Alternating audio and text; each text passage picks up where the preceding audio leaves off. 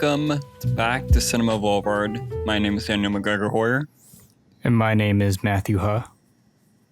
I guess before we get into the episode here, it would be nice to pay a good tribute to an actor who suddenly passed away early this morning as of July 13th, and that is the great late Sam Neill, who has been known for his role as Dr. Alan Grant in Jurassic Park, but also has had a fair share of roles under his belt. 1981's Possession, Peaky Blinders, Event Horizon, and of course, probably one of my favorite roles from him is his role in the piano from directed by Jane Campion. What a phenomenal actor that is just gone way too soon at the ripe old age of 78. Yeah, it's always sad when a actor of his stature passes away. But particularly, I don't know if maybe this is a bit too serious. Maybe you can make the call for like edit this out. But he was diagnosed with cancer a few years ago. But earlier this year, I think his family announced that he had beaten it. So he was cancer free, but he passed away rather suddenly. So it wasn't because of the cancer diagnosis. So as of now, I don't think we have a cause of death, but it's still, that makes it all the more sad that he beat the cancer, but that was not the cause of death. But what a very interesting career that Neil had. I'm more familiar with his role in the Jurassic Park films, but he definitely had a lot of versatility too. I think one of the big roles that stand out, at least from the more current day, would be his role in Hunt for the Wilder People, the Taika Waititi comedy. And he plays a bit more of sort of a kind of like the not a unlikable character, but he's a bit more of like the older Grouch sort of. But he played it very, very well. He was very funny in that film and added a sense of life to the story. And yeah, in Possession, he's absolutely fantastic. I mean, everyone talks about Isabella Gianni in that film, but Sam Neill gives an equally incredible performance. And yeah, I'm trying to think of what else. I unfortunately haven't seen a lot of his films, which is kind of sad, but I know Jurassic Park is one of my favorite movies ever. So having Dr. Alan Grant no longer in our lives is very sad. Yeah, very much so. And I think Spielberg, I don't have the tweet pulled up, but he put out a pretty great tribute a little earlier about, how he was such a big part of the Jurassic Park family. And, and like, I know we talked about it a few episodes ago about Spielberg being an actor's director, and it's none is more true than Jurassic Park, where, I think you can never forget a single character in that movie. Like everybody, like even like the most minor role played by Samuel L. Jackson, like you can never forget that character. And it's the same with all the actors in the movie. I mean, especially Sam Neill's character, playing a very charismatic lead. And yeah, it sucks that he's passed away. But he's obviously left us with a very great acting legacy behind him. And a lot of like great film roles to remember him by. So rest in peace to the late great Sam Neill. Yeah, rest in peace.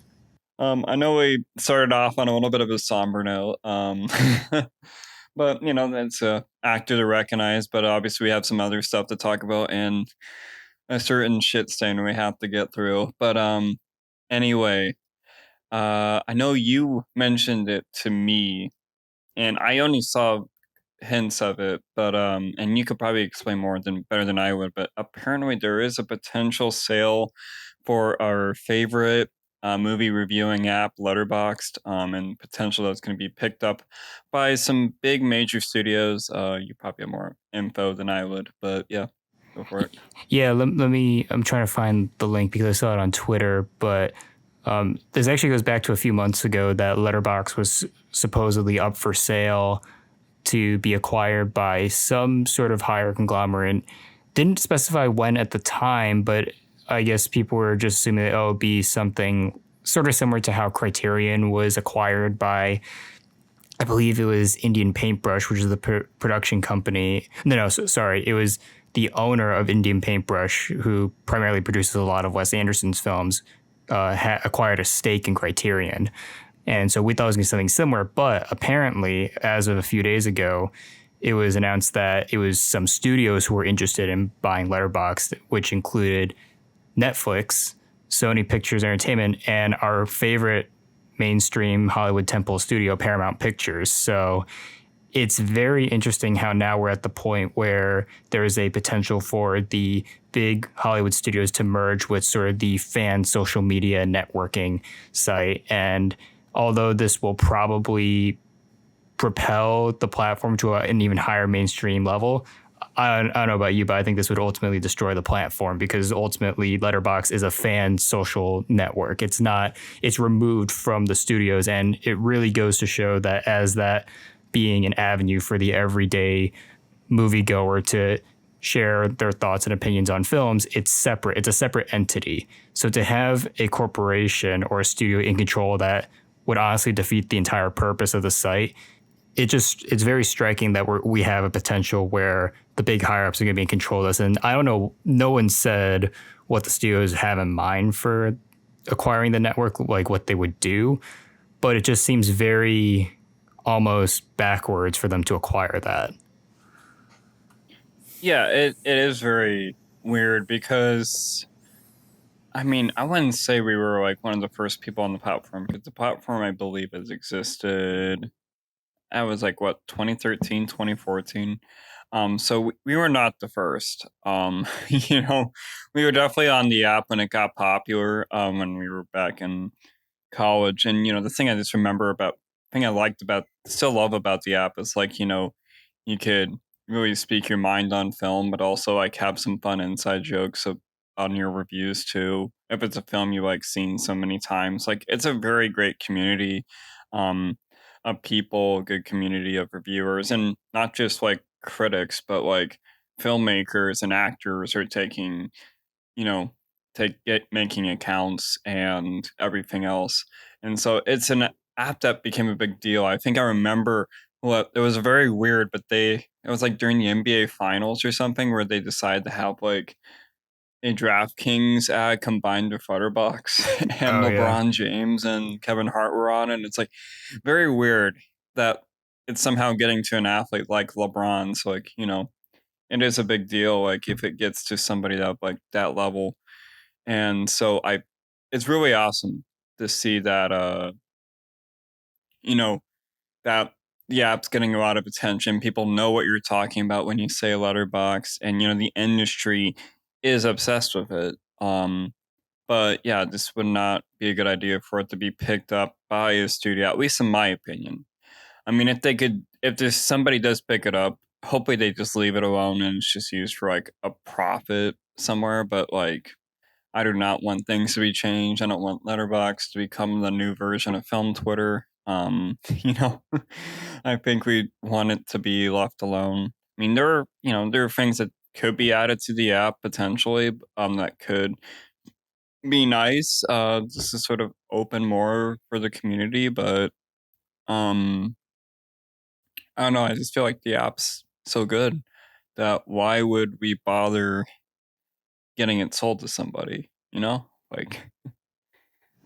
I think for studios, they see it as a vessel to market more to the general public, because kind of like you were saying, there is a shift where now Letterboxd has been in the pop culture to some degree. Studios are partnering with them to market their films, like not in the way of custom trailers, but just sort of when Letterboxd goes to the red carpet premieres and they ask the actors, what are your four favorites, or those types of interviews, or it's even been referenced in some media too. Like there's a reference to it in an episode of Beef season 2, which I thought was pretty cute. So I think it could be a case where hopefully if they were to acquire it, like kind of use it, they would just leave it alone. And if anything, it could benefit Letterboxd more to have some more funding. I'm not sure what Letterboxd would do with that money necessarily, because with their platform, it's fairly it is fairly limited. Like they did start doing the video store where you can rent unreleased titles, which is a really cool business model, and it does draw a lot more attention to independent films. But ideally, this would be something like the Criterion acquisition, where it's just it's an asset basically. They receive more funding and they're sort of hands off. They're almost a silent partner in that way. But I certainly do not want to see Netflix, for example, doing, I don't know, they make exclusive content for the Letterboxd video store or something like that. Like that would totally cheapen it and defeat the whole point of the site. Yeah, and I think it's like, because it's a free open app to use. It's like any other form of social media that is out there, and I believe that like it's like like when Elon acquired Twitter, there were some people that were against it. But well, let's face it, the app has pretty much remained the same. It's just they have the annoying little Grok AI bot, on it, and obviously there's some people on that app that were banned that are no longer banned. But I mean, it could just be nothing. Maybe we're freaking out a little bit about it, but it's an app we respect. Meaning, we wouldn't have like the reviews on there that we do without it. I mean, because it helped us get our stuff out to the public that way. And yeah, benefited a lot. I mean, I especially like doing marathons. Mhm. And just logging it on Letterboxd. You know, although it's not a point where half the directors on there are like the directors who directed all the Looney Tunes cartoons. But Yeah, I mean, they got a long ways to go. Yeah, it's a Letterboxd has proven to be a very good asset for the film community, because that's how a lot of people hear about not only new films but also underseen gems too. Like I credit Letterboxd a lot to introducing a lot of underseen films or films that I probably wouldn't have heard of otherwise, not only just through exploring the app, but also from what your followers are logging, or sometimes just seeing the most popular, like the highest rated. And it's just like, oh, if it's highly rated on here, then that's something I got to put on my watch list. So it definitely, as a form of, as a curatorial service, essentially, as an app, it is incredibly beneficial. So, and I don't think any company would necessarily want to tweak that model in any way. I think they see the skeleton and recognize that what they have going for right now is working, but it's just more what would they add to it? Because I know for years, Letterboxd, they've been saying they want to add TV shows to the platform, which still, to my knowledge, is happening at some point. I don't understand why it's taking so long, to tell you the truth, but some people are very divided on that. So all I'm thinking is, if the fan base is divided on on Letterboxd themselves adding something like that, how would they react if a studio were to come in and does who knows what type of change? We have a potential firestorm on our hands. Yeah, for sure. I mean, like I said, the last thing you want to do is upset the film community. And wouldn't benefit like anybody except the suits. So you don't want to run into that issue where that happens. But you could potentially see. I don't know. I guess it's just more or less sit and wait. See what happens. And yeah, I'm just hoping it doesn't go the wrong way. I think we both are. So yeah, I'll be optimistic. So I know we were not optimistic. Not about this. I mean, obviously we're not I don't know. We're in a state of like not knowing, but we got a shit stain on our hands, guys. We certainly do. So in case everybody's been under a rock or haven't listened to our previous episodes, there's been one particular film that we've been having a disdain, like, or just a regret of needing to see, because we're obviously a new podcast in that case, and obviously thing about film critics in general, it's like we pretty much have to see things, regardless of whether they turn out to be good or not, or like whether it piques our interest or not. I mean, we're not going to review the Paw Patrol movie or whatever. um, you know, Unless it I mean, gets, that obvious. unless it breaks like 100% on Rotten Tomatoes or something. Yeah, which I don't know. It might. We never know. We never know. But, and you probably know more about these films than I do. I mean, I know a lot about them just because I don't want to see them. And it's from, you know, The Mouse. um, and yeah, it's pretty much the live action remakes that Disney's been putting out for the past, crazy to think about it, almost 2 decades now. That's Um, insane.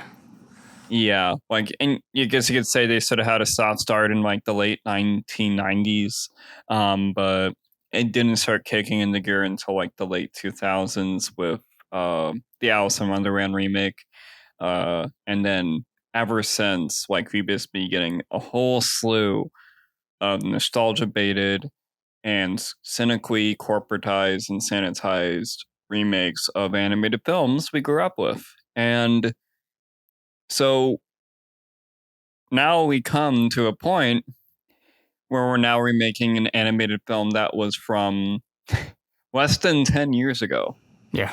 um, which is Moana, which part of it you could say it's motivated by Disney. Part of it you could say was motivated by The Rock. I mean, let's face it, and The Rock has managed to derail two franchises, like, crazy. But I think, I had no interest in saying this. And I guess if you don't know what Moana is, it's basically like the original 2016 film, which is about a Polynesian island princess who basically has to restore the heart of this goddess named Tafiti, after the heart was wrongfully stolen by another demigod named Maui. Um, and that's basically the whole synopsis of the film. But I guess before we even talk about the film itself, or if you could call it that, what are your thoughts on the original Moana? Well, I really like the original Moana. I would argue that it's probably as of now, the last true great Disney classic. I know some people would argue Encanto could also fall into that trap, but for me, it's Moana. I really, really like that movie. It embodies a lot what Disney to me should be. It's got really strong characters, really good musical numbers, and really impressive animation. And I think that was also it came out at a good time too because I was like in the middle of high school, and by that point, by default, I probably should not have really been going to see Disney movies, but I think at that time when I saw it, I was like, oh, yeah, even though I'm older, I still really like what this company does, like from a storytelling standpoint. And it goes to show that they are timeless and they have this wide appeal. So for that reason, I think Moana from this era of Disney is one of their strongest animated features. And it's funny, I joked about this before we started recording, but Moana as a whole, even before this remake, has not really been a good franchise. It's a good one-off film, but Moana 2 is absolutely worthless. Obviously, that had its fair share of production problems because it was going to be a Disney Plus show. Then they re-edited it basically to be a rushed feature film that somehow made over $1 billion. And yeah, that film is not good. But then I remember I actually remember the very day this live action remake was announced. I think we were still back at Iowa, and it was shortly after April Fool's Day. And I remember thinking it was like a late April Fool's joke, but then I realized, oh no, they're doing a live action Moana. They're going there, which is insane to think because that was 2023 when it was announced. Moana wasn't even 10 years old, so it was closer to 5 years old. So I remember thinking, what on earth is Disney doing? Or more appropriately, what was The Rock thinking? Because The Rock was a producer on this film, and I assume it was his idea because he wanted to make it for his daughter, apparently. And I know we kind of talked about this in a previous episode, but if this is just meant to be a gift for your kid, which I'm glad he's being. It seems like he's a pretty good father too, but it's like, why does the rest of us have to watch this then? So for that reason, I'm trying to think of how to phrase this because my opinion on the live action remakes, I have a very interesting perspective because for the most part recently it does show the very cynical corporate side of how Disney profits off of nostalgia, which in general Disney has always been omnipresent with nostalgia, but in the past 15 years it's been way more blatant and we've been seeing much more of a reliance on that through the past years. And this is also something that I've done in terms of focusing on research in school. So by default, because of what I've been doing with in terms of my interest in this research, I feel like I have to see these remakes. And from all the trailers and advertising, this one seemed like it was going to be one of the more blatant sort of shot for shot Disney remakes. And so for that reason, I was trying to be as optimistic as possible. But based on everything that I was seeing, it just every single time I saw the trailer, I just thought I'm preparing for a dumpster fire, basically.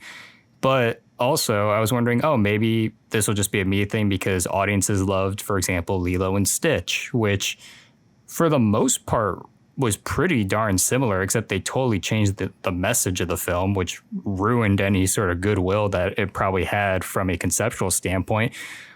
But the issue with Moana is that it doesn't try. And that's what kind of was offensive about it to me, is that this is a film that in no way aspires to do anything new. It just repeats the same thing. And there was a part of me that was kind of annoyed by that. But for some reason, I wasn't really angry, maybe because I went in with like very low expectations. But I was honestly more offended by the How to Train Your Dragon remake, which obviously is not Disney, but that was also a very blatant shot for shot, in some instances, remake. But for some reason, people gave a pass to.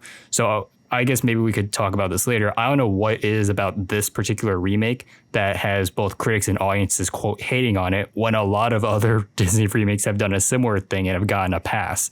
But overall, if we want to judge this as a film, it was mind-bogglingly horrendous in every way. It just didn't try. It visually looked awful, which is shocking because this had a $250 million budget and the green screen composition was so bad. The editing was really bad too. And for a movie that is set in the vast ocean, you never once believe that these actors are on the water. It just, you could tell they're on a soundstage, or if they did shoot outside, it does not communicate the sense of the environment well at all.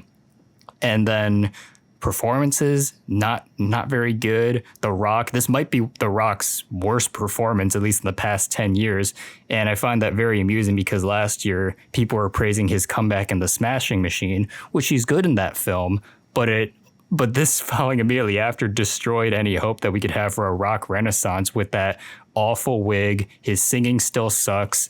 And if there's something that's actually kind of disappointing, which I know is weird to say with a Moana remake, is that the way the musical numbers are explored are just mind-bogglingly just flat and dull. This was directed by Thomas Kail, who was the stage director for Hamilton in the original workshop and on Broadway. So he knows how to do choreography and communicate staging. And this film, the Moana remake, does not do that at all. It's all very like static and flat. You don't really sense the fun or the whimsy of the music. It just feels very stilted and just rigid, which there are some other Disney live action remakes where the musical numbers don't have that issue. Like I can think of the Beauty and the Beast remake. That wasn't, I know people complain about the singing in that film, but the choreography isn't the problem. Even in the Aladdin remake, in memory, I don't remember that being an issue, but I'm like rambling at this point, so I want to let you, Daniel, say stuff too. But overall, yeah, this was very, very bad. Somehow might not even be the worst one of the Disney remakes, which is absolutely shocking because this is still an abysmal, inexcusable film, just in every way, shape, and form. And the fact that it's not the worst says a lot. Yeah, it's bad. I mean, I think I was like not looking forward to this day at all. And, before like people say I like spent money on tickets, I did not. I somehow managed to get a free one. Thanks to Cinemark Movie Club, guys. Great people. I used my A-list, so did I technically contribute to this? I don't know. I'm just glad my wallet didn't Like, I'm glad I don't have a transaction from Cinemark to see this. So Yeah. I'm very glad that happened. So I don't know if you had a transaction. Who knows? But yeah, I mean, yeah, it's bad. I mean, I like the original actually quite a bit. I mean, I think it is like it's like you said, it's like, probably the last instance of Disney actually giving a shit, like it's the last true classic you could see coming out of the studio. And I know you mentioned Encanto, but that I don't know if it's left that big of a legacy of like Moana did.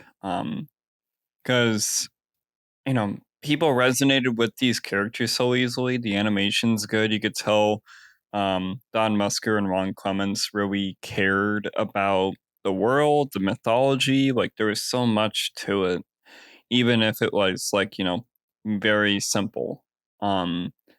But it, so it still translates. There's reasons why people love it.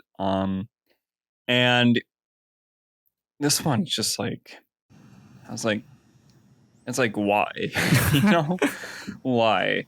Like, like I had kids in my screening, they were not even focused on the movie. They were playing with Barbie dolls in the aisle.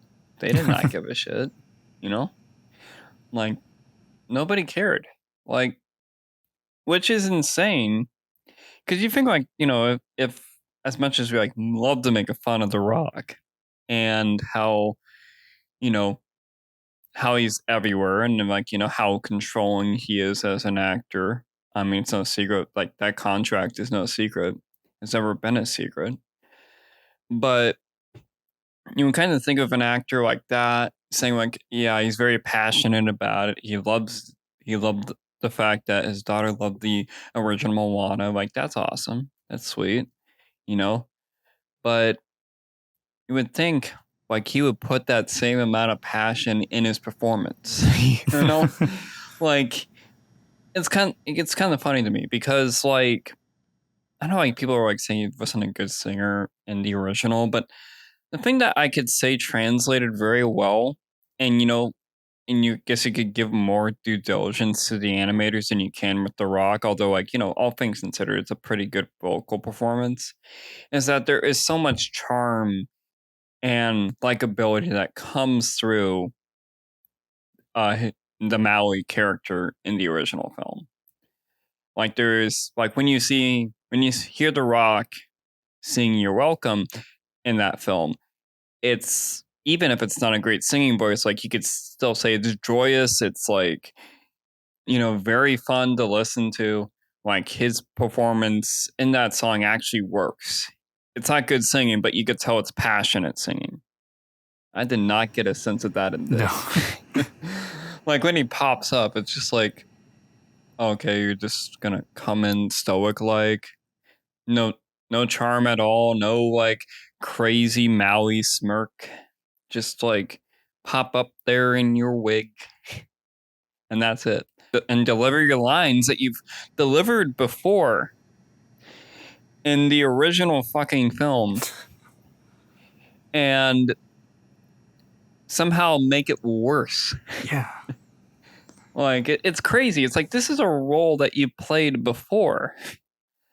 Like how do you deliver somehow the same lines in the same song in the same way, but somehow worse? And I don't want to put too much like blame on Thomas Kail because it's clear like these live action remakes like they get rid of a directorial voice. They're meant to be products. Like what they bring in guys like Guy Ritchie, Jon Favreau. Like you have a lot of directors that come on to these films with clear passion and intention, but it never translates in the final product at all. Like what Bill Condon, like what he directed Beauty and the Beast. That was shit in my opinion. And then I watch Kiss of the Spider Woman, and it's like, oh, he actually is a pretty good director. Oh, he directed Dreamgirls. It's like, where was this guy when he directed Beauty and the Beast? It's like the thing is, it's like they put all these creatives in a box, and just trying to get them to like reenact scenes like it's a stage show or like a recap show you would see at Disneyland somewhere.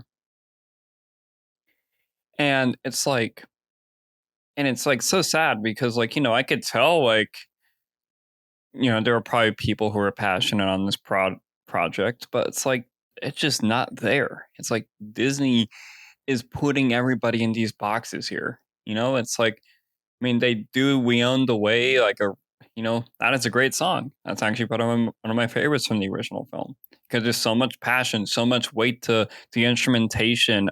Hope I'm not botching his name, Opata Fai. Like, I really hope I'm not botching that name. Opataya Fai. Like, yeah, like you could hear his voice being passionate, but here it's like it's the same stuff. So it's like you're just making them sing it again. Just like, it kind of shows how pointless these remakes are. Like they're not like you're having them repeat the same shit that they did in the original film years ago. And it's like somehow with less passion, more like auto-tune distortion. Like, I mean, I sort of blame YMS in some cases because of his Lion King review because he pointed out like so many audio tricks and auto-tuning issues in for the singing in that film. And like I started hearing more of the issues in this film, especially with the singing from Kafan Lagagaya. I think that's how you pronounce her name. Like the actress playing Moana. Like you hear that processing. Like you really hear that processing. You can't escape it. It's like how how the hell do you somehow do the same film again but worse? It's crazy. Yeah, it's everything you're saying is incredibly valid and makes so much sense. But I do not, I for the life of me cannot understand why you would dump this much money into doing the same thing. The original film is essentially your storyboard, so you're skipping a good part of the story process of pre-production. It's already there. All the dialogue is there, and for most of the movie, it's translated line by line, almost shot by shot. I think there was a reviewer compared it to the Gus Van Sant Psycho remake, but that one was more of a artistic experiment. What's Disney's excuse for this one? I don't think they were trying to make a statement on the automation of art.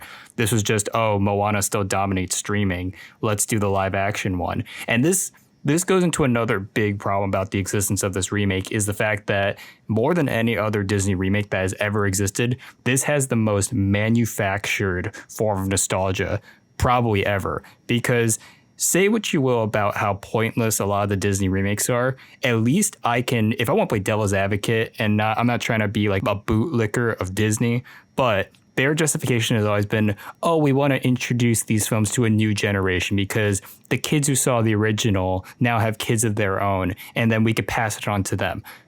But here's the thing. There are probably some kids that saw Moana when it first came out that are still technically kids when this remake came out. So there was no nostalgia. Like, I remember when I saw the original Moana in theaters. I remember the day I bought my ticket. So I do not have that type of sentimentality or nostalgia for it. So it goes to show that justification is completely null and void. There was no real passion to make this. And even if you didn't have necessarily a good drive to do it, why not actually try? Like, for the love of God, can we please get someone to do the better ADR or cut out some of the random transitionary editing? Like, there's one shot near the beginning when baby Moana is walking to the water, and then when her dad comes, it has the most awkward cut to signify him going to the sand and coming back.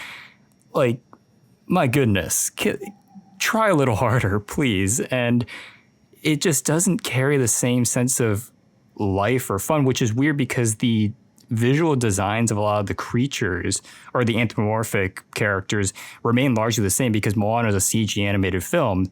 This is live action, and still that sense of real photorealism combined with the CGI is sort of present. So a lot of the characters stay the same, but it doesn't have the almost squash and stretch or the fluidity that characterizes animation. So in a lot of the musical scenes, when they're singing, they're just like walking, and it's so boring to sit through and watch. It is not an entertaining or intricately choreographed dance, and I do not see an excuse for why they had to just not try with the direction overall. The actors are just standing and they're singing. They're not doing anything that is inherently fantastical or fun. It's just so boring. And the weird thing, you know how every Disney remake to an extent makes changes? Did this remake even make any significant change? I didn't have time to rewatch the original before I saw the remake.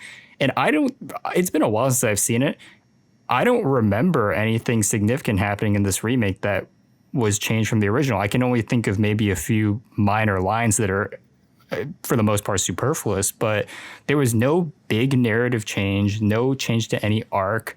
Most of the lines were carried over verbatim. So if this was a credit, did they credit a new scriptwriter for this? Because if so, they probably just cashed in the check. I think that was. Yeah, because I mean, Jared Bush is still. Well, he wrote the original, right? Credited.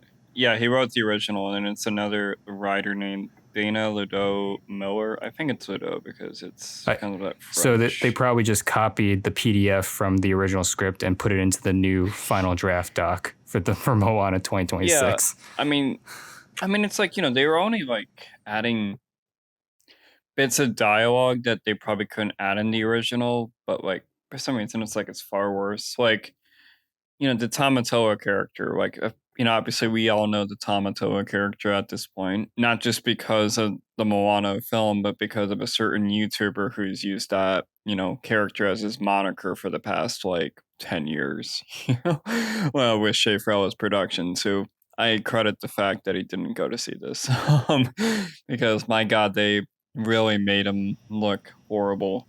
Yeah. Sorry to interrupt, but speaking of actors who also didn't try despite giving the same material, Jermaine Clement was clearly sleepwalking through this. He clearly did not care. But honestly, I respect that because I feel like he had a bit more integrity than The Rock did in this film. So at least he got paid, but it was really sad to see, like, you're saying the same lines with half the enthusiasm and your singing got worse too. So... Yeah, it's weird, and it's like they try to add stretches of dialogue, and it's like they're not funny. It's like, oh, what do you think of the song? It's like, I mean, honestly, I don't really like care if they try to be like a little meta, but it's like the meta just comes off so forced. It's like, being aware of the fact that like, yeah, you're singing a song that's pretty like diegetic to the film, but you just not like no rhyme or reason. It's like a musical, it's like you don't know why they're singing these songs, but there is still passion behind them. There's like zero passion behind the way any of these songs are sung. Like I said, the actress playing Moana, it's just like she doesn't have the vocal chops of Awe Cravalho. And before I like get into anything, this isn't nothing on the actress herself. I mean, I'm hoping she has a good career, because thing is, having this as like your debut role like has a lot of expectations, and so initially we're not going to be blaming too much of her for her performance because she's very young.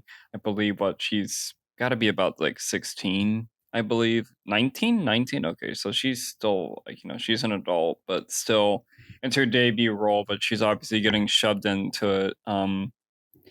And I hope she manages to make a career for herself, just because we don't want to see like a Jake Lloyd situation where people just like go after the actor or the actress for a performance and then all of a sudden it ends up fucking them up for the rest of their lives. Like that's nothing we want. So I don't want to put too much blame on her, but it's like just the way she just sort of is directed, and you know and these song sequences just come off a little bit awkward, and it is really like a lot of these like sequences, it's like they're just so awkwardly directed, and you could just tell there's such a lack of sense of space, there's a lack of cohesion in the editing, it's just like all so clunky. Like it's really hard to get a gripe of like where people are in certain scenes. And it's like also the fact that like the thing is with the animated film, like you had the advantage of the fact that, and it's with animation in general, you can like really get away with a lot more than you can in a live action setting. I mean, obviously, with the invention of like computer generated effects, there's been more chances for things to happen in live action films that look incredible, like Dune, for example, or the Lord of the Rings trilogy from Peter Jackson. Like, they were like able to like make the whole world of you know Mordor or Dune look so big, and so. But the thing is, animation like it's able to do much more in a creative way, and so like the environments are so vast, like you can get so easily lost in it. Like you don't have trouble believing that these characters are actually on the ocean. And even if like the bits of photorealism, like it's still like able to ground you in some respects. I mean, that's like the beauty of the photorealistic animation in the first Moana. And it's a lot of respect to like the craftsmanship that the animators like go through. But here it's just like you just do not get a sense of space about where these characters are. And so the actors half the time just look so confused, and it's like they're just playing it like they're like I said, it's like one of those Disney recap shows you would come across at like Disney World or whatever.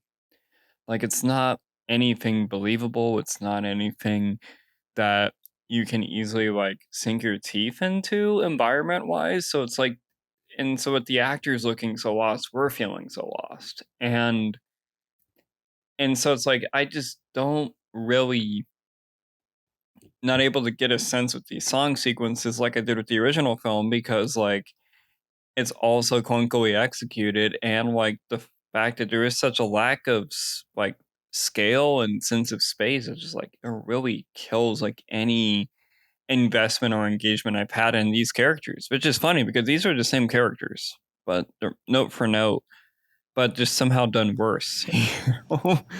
It's like it's really sad. What I don't understand is the fact that Moana, as what you're saying, being fully animated, took advantage of the limitlessness of animation. Like you don't have to show every single frame or scene of a character walking from one place to another because you can cut around that. But at the same time, because it's a musical too, you can play around with that and make it a more engaging film experience. If this film's only goal was to be a shot-for-shot remake, why did they not take that approach? Because there's I keep going back to the musical scenes because they're so poorly done, is the fact that they are treating it very, for some reason, realistically. Like the How Far I'll Go scene, I remember in the original, there's a lot there. It's for the most part fairly grounded, but there's a lot of phase to signify the passage of time going from one place to another on the island. And here she's just walking from place to place as if we need to follow a roadmap to make sure we don't get confused. And I don't understand. It's a musical to an extent, and a Disney musical where you don't need to be that strategic about where the direction of the camera is. Like play around with it. Stop feeling like you're being constricted. And then I could get more engaged. And it also doesn't help too that the singing in the film is significantly worse. Like I know we've talked about how The Rock he is certainly not a good singer, even in the original one, but it makes up for it with the animation. Here his singing got worse. The actress who played Moana, as you said, is nowhere near the original voice actress. And not to say she's terrible, but it's more just the fact that whenever she stares, she has this very emotionless expression where she seems very bored when the character does not constitute herself being bored, which is a shame because the character of Moana is incredibly likable. She's incredibly fun and incredibly relatable too. The fact that she has this responsibility. She carries a lot of responsibility and is aware of the fact that she's going to be the next chief of the island, but she's also drawn to the water because she was essentially chosen by the water to be like, yeah, we can be voyagers. We can go out and explore more. And she is constantly reckoning with that sense of self-doubt, which to me makes her an incredibly relatable character. And maybe that's why I was so drawn to the original film too, because I related a lot to that quality of her. And you don't sense that in the film, which in this remake again, which is so strange because they are repeating the same lines. So you would think that the intentionality would carry forth, but it just doesn't for some reason. I don't know if it was the direction or the casting or whatever the case. For some reason, something is lost in translation in this remake in particular, despite them using the exact same material. It is such a strange anomaly. And another thing about how you just don't buy the sense that they're on the environment. One is the fact that you can tell in some scenes both of the actors were not in looking at each other. They were filmed on different days, especially when Moana and Maui are not in the same frame. It's really obvious that they weren't in the two actors were in the same room. So the way the eyes glance, it's just really strange to see, especially in a big budget production. But also when they're on the ocean, there's no movement on the raft. And obviously, I know for the most part this wasn't like Jaws where they were filming out on the real ocean, but if you're in a controlled soundstage, there had to be a way to simulate it to some degree where you believe that you're in the water. Like this is the same problem that we see in the Little Mermaid remake, where you do not believe that these characters are in a water environment. They are on the most like calm sea of all time, and it's like so calm and steady that it makes the boat scenes in the original 1930s King Kong look more dynamic, and that scene was shot on a flat sound stage. So it's I'm getting more mad talking about this, even though I was just so like bored half the time thinking about it. But yeah. Okay. Um, yeah, so I guess like the thing that I just sort of I find interesting, not like interesting, but like just really odd. Well, not odd, but that's really fucking stupid. Um, but yeah, really just like egregious with this film is the fact that there is such a lack of like relationship with Maui and Moana in this film. Um, because I just never get a. It's like they're doing the same banter stuff that they're doing in the original film, but like the way it's executed is just so like poorly done. Like I think there were points where like so like in some scenes where Moana is just like mocking Maui for just like doing stupid shit or whatever, and just trying to blackmail him in some cases. Like there is like a sense of playfulness that does come off in Carvalho's performance that can kind of make that really works because it's somewhat sarcastic, but it's like somewhat hilarious as well. And here it's just like they're trying to do the same thing with the actress, but like it's inside the direction or just like the way they're like giving her the material, but the way she's like delivering it, I'm not getting an overall sense of like sass or whatever, in that banter. And so but the fact that the Rock just looks so uncommitted half the time and just looking bored out of his mind, it's like it's really hard to believe these characters ever having some sort of relationship in some respects. And so because it's all very wooden, it's just there's just such a lack of a believability. And the worst thing is, it's like not to like discredit the voice acting in the original film, but the fact that that relationship is able to be portrayed just through voices alone, compared to like here where it's you actually have the actors you mentioned it, but like, days where they are on the same set or whatever, and even if they were not on the same set that day or whatever, but I'm getting ahead of myself. But like still, the fact that these are actors that are supposedly in the same room, it's like you never get that gist. Like the thing about voice actors is like a lot of the time voice actors are not in the same room when they're recording their lines. There's because sometimes there's just cases, at least with celebrity voice actors, where they have scheduling conflicts where they have to go in and like do another film before they jump in. So like there's always going to be times where the voice actors don't meet. So there's like sometimes when you ever hear voice actors or celebrity voice actors talking about like, oh, what's your relationship like to this person? I'm like, yeah, I just met him today. Like, so and that's the truth in the industry. It's like, a lot of these voice actors never really meet each other in person up until maybe the rap party. And and not to say it's like every case, but it is most of the time the case. And but the fact that that relationship was portrayed much better in animated form than it is here, with the fact that both of these actors are in the same location. It's like it really makes it really sad from that standpoint. And so there's just such a lack of clear relationship right there. Yeah, and just because it's an animated film does not mean that it is automatically cursed to be translated in that way, that sense of chemistry. Because if I were to compare this to the best of the Disney live action remakes, The Jungle Book, that the kid who plays Mowgli, he's the only human character, and he's interacting with a bunch of CGI animals. And granted, there were puppets that were designed for the actor to interact with while filming on the soundstage, but at the same time, it's an inanimate object, and you believe that he is interacting with these anthropomorphic characters. There is the chemistry translated well because there's actually something there, and just the direction was better too. And here, it wasn't like that at all. It was just, I don't want to immediately jump and say a lack of care, but it really does feel like that. It just seems like they were coasting, even though I'm sure they weren't. I'm sure they tried, but it just does not seem like that. And I find this especially apparent with The Rock because based on his atrocious performance in this film, you would not in a million years believe that he was the producer and was the one essentially spearheading this as a gift for his daughter. Because based on what I saw of him in the film, it seemed like he was forced to be there by his agent because he just did not carry the same energy or excitement whenever he's on the screen, regardless of the emotion it is. It's the most flat, one range thing. And I'm talking about it as if The Rock is like an incredible actor. He's certainly not an incredible actor, but he's not, in my opinion. I know The Rock gets clowned on a lot. I don't think he's like an awful actor. He can give awful performances like this, but for more often not for the roles that he likes to play, he's at the very least consistent.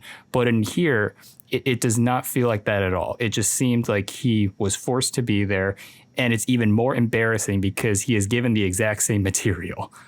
Like, by extension, even if you didn't study your lines like you were in college, there should be a part of your brain that subconsciously remembers, oh, yeah, I remember the inflection of this line that I said 10 plus years ago. Let me do something similar. Unless maybe Thomas Cale told him to do something different. It just seemed like The Rock just didn't try. Yeah, it's just because the thing, it's like I'm not like in that train either where I hate The Rock really. Because all things considered, the guy is a pretty respectable actor, at least in how he portrays himself in the films he's in. I mean, because let's face it, The Rock sort of has the same qualities that, Schwarzenegger had in his films. I'll bet a bit different. I mean, Schwarzenegger at least like, tried to take part in like certain films that could at least cater to his acting abilities. Like, that's why he was typecasted in like so many action hero roles for such a long time. But the thing is, like, whatever with Schwarzenegger, like whether the film is good or bad, like you can at least say that like he's putting in a lot of like effort and still has like a level of like stoicism that people like. It's like a person you want to be. I think everybody wants to be like The Rock. We're not like contract wise, but like Pee in in a bottles on sense set. where, yeah, like he's very huge. You know, very huge physically. He seems like a nice dude. He has a lot. He's very successful, and that's where people want to be. And the Rock, like, has a lot of respectability, like, in a lot of the things that he does in some cases. Not like respectability, but likability. I think that's probably the better phrase. But like the thing is you could tell like he has like a usual charisma that he does in his other films. Even if it's like the most generic shit ever, it's like there's at least some charm to the characters he's playing, even if it's like the characters are not even well written. And he could be of like, he's a capable actor. We saw it in Smashing Machine. He was actually really good in the HBO show Ballers. So like he is a very like he could be a really talented actor sometimes. But like Adam Sandler, it's like, he just chooses films that don't really suit like his abilities or his strengths as an actor. And that's why people didn't really like Red Notice or the Red One or St. Andreas or whatever, because he just doesn't like work in roles like that, because he just seems so bored half the time. And it's just like, here it's just like he seems really bored. Like, there is nothing charming about Maui in this film. Like, there just isn't. Like, he just is repeating the same shit, but it's like just without any charisma. So it's like I said, it's like a stage show, which is the I'm not trying to harp on Thomas Kail too much, but like you could just tell like this guy like probably wasn't ready to direct a blockbuster like this, This was his or first a film supposed block. too. Yeah, so it's like going from Hamilton to like a mega blockbuster remake is a big jump. I mean, and not to say like, being a stage director can't translate to being a filmmaker. Well, Lin-Manuel Miranda, his collaborator, had a really great film in Tick Tick Boom. Like that was like one is his directorial debuts. I think it is his directorial debut. Yeah, it was his directorial debut. And the thing is, like, and obviously, like, yeah, it fit very well and within the Broadway aesthetic for that film, but like, so, but I'm just saying, it is possible for like, director from the stage to the screen. It could work. Like, there's probably a lot of directors back in the day. I mean, I know we're going to talk about him later, but I believe John Ford directed some stage shows before he jumped into filmmaking. So, I mean, I may be wrong on that, so don't quote me. um, but, um, but yeah, it's not that big of a jump. But like going from a stage show all the way to a mega remake that's $250 million, like kudos for taking the risk. But like I said, it's clear that it's not his fault totally. I mean, like I said, he's put in a box. Like that's the issue with a lot of these directors that get involved with these like films. Like, like I mentioned with Guy Ritchie, like, he bought Lock, Stock, and Smoking Barrels, which has a style to it. And, with the Aladdin remake, there was just such a lack of style. So it's like, at this point, like, what are you, like, gonna, like, you're losing a lot of your, like, narrative voice with these films.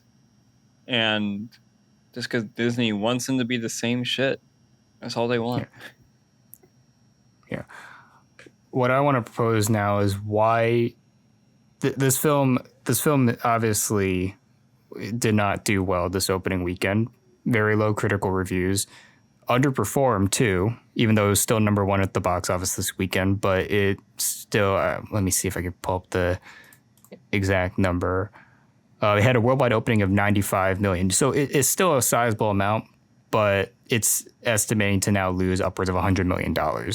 And what I'm curious is, given how mixed and the Disney remakes have been critically from an audience perspective, yet majority of them have still made a lot of money. The only exception was Snow White because people thought it was woke or whatever. But why this one? Why are people now for some reason, even though it's been like 10 plus years of people complaining about this, yet they all made a profit to some degree? Why is it now that people are saying, no, we're not going to see this one? Like, this is not a new problem. So Um, so the thing is, I know this has been stated before, but Disney's too big to fail. Like if this film doesn't make its budget back, I think they'll be fine. But they got Spider-Man coming out in a couple weeks, um, and of course, like what Toy Story 5 and Hoppers have done pretty well too. So I don't think it's really going to affect. Unfortunately, it's not going to affect the live action film developments. I mean, I don't know. Hopefully, Josh D'Amaro can be like step in and say, "Yeah, stop with this clown shit and just start making original stuff again." We want that. Uh, but but answering your question, I think it's not necessarily like Moana or Disney or whatever that's like causing it to bomb.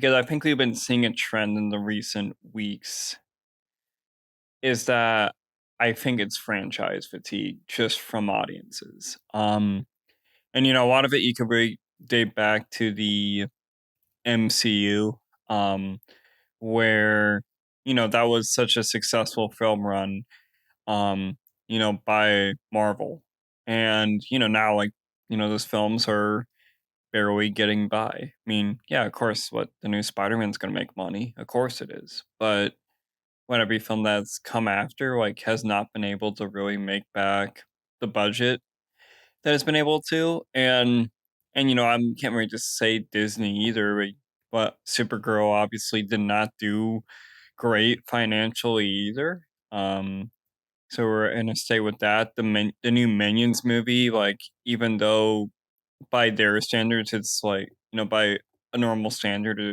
it's still pretty successful, but that is also underperforming below expectations. So, and I think it's like a lot of people are really not buying in to these franchises right now because there's nothing new right now. That and new stories that are being given, and Moana is sort of a really good example of that because what are you doing to like this film, and how are you gonna like actually add something new? And it didn't add anything new. I mean, my theater was empty. Like I only had like 7 people with like kids, and like I said, those kids barely paid attention to the film. So, we're at a point where it's like, people are not interested in these like types of like films anymore. And not to say like franchises are going to be a thing of the past. I mean, they still are. I mean, I think what the DCU hopefully like could rebound after Supergirl's performance. I mean, of course, Avengers Doomsday is coming out later this year. And of course, you have a Dune Part 3 coming out as well. So, like, I'm not saying like franchises are going to go extinct, but I think people are just sort of sick of like this shit getting shoved in their face with like just constant sequel after spinoff or whatever. I mean, that's why people are excited for the Odyssey. The Odyssey is only based off of like it's not even based off a book. It's based off a play. Like, and it's probably something, I mean, we've seen it in film form many times, but probably not like this. Like, that's something that's exciting right now. Like I mean, I'm the hype for that film's through the roof right now. But and of course, what Project Hail Mary, like, that was successful because that, and even though it was based off of a book, like it was something exciting to see. Even if it was like hit or miss, like I could at least say it like did something in that regard. And it so it's like people are just not into the franchises right now, which sucks for the ones that probably need to have that level of success. Like DCU probably needs it. But hopefully it could get back on its feet. We wanted to see it with 28 years later, the Bone Temple, which that somehow underperformed. But then again, that's the January release schedule. They can't really control that. So you are in a spot where like audiences are probably wanting something new and different, and you know the thing is, like, these studios, like, some of them, like, are listening in some respects, some of them aren't. It's like, there's people that are not wanting to vote with their wallet, and so that's kinda the nature right now. Yeah.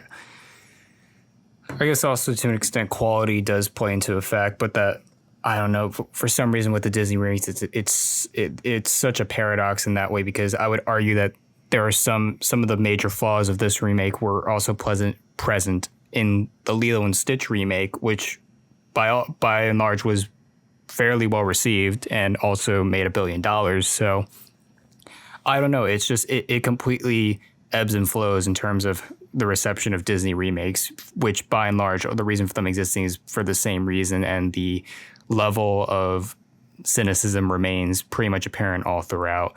I think this one's just more evident because out of any of them, this is the most blatant in terms of being shot for shot. Lion King does tread that line in a lot of places, but, and I cannot believe I'm saying this, in that movie's defense, there are some changes. Granted, they're for the worse, but there were still changes being made. Whereas here, I can barely count on my one hand how many notable changes I saw in this remake, which is insane because it's not old either. That's why I think I'm like so upset is the fact that the original Moana is still one of the most streamed titles on Disney Plus. There's still a lot of kids that probably watch and sing the songs all the time. So the fact that you're not even getting that audience into the theater says volumes for the Disney company. And I don't know if they have. I know they have a lot more live action projects still in development.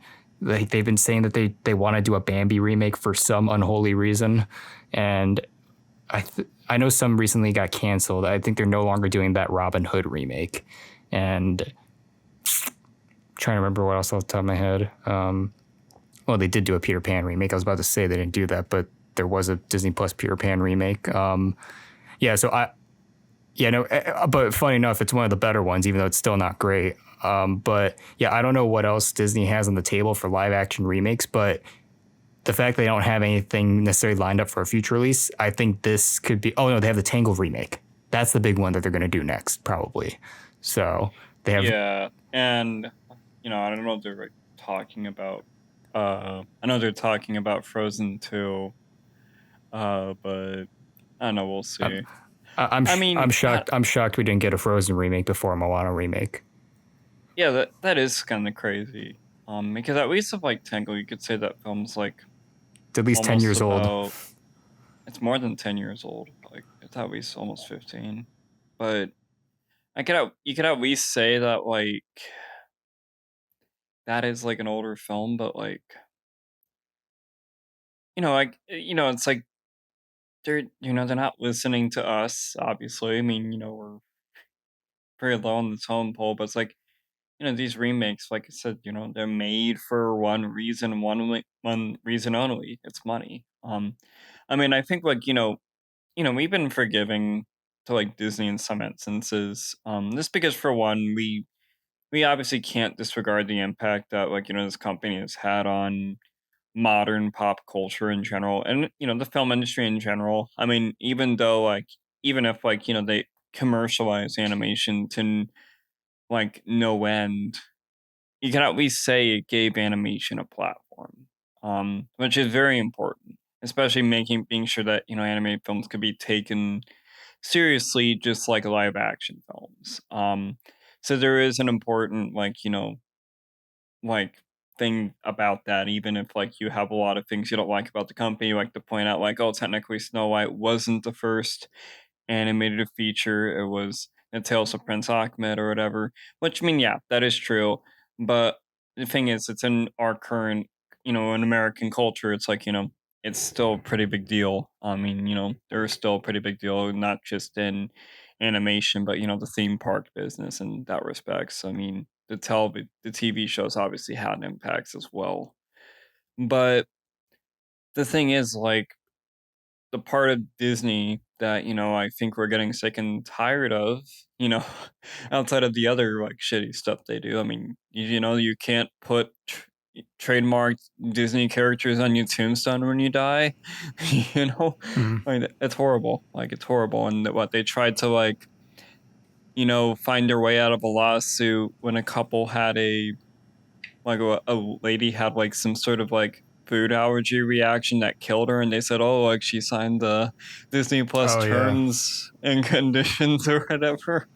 And it's like, and luckily they threw that out pretty quickly and just paid the guy. But still, like, yeah, there's a lot of things we don't like, but from a film standpoint, and it's the stuff that's going on right now, which is why I avoided like Disney stuff like post Endgame a lot, because the MCU counts too. Hmm. Like they're part of the umbrella.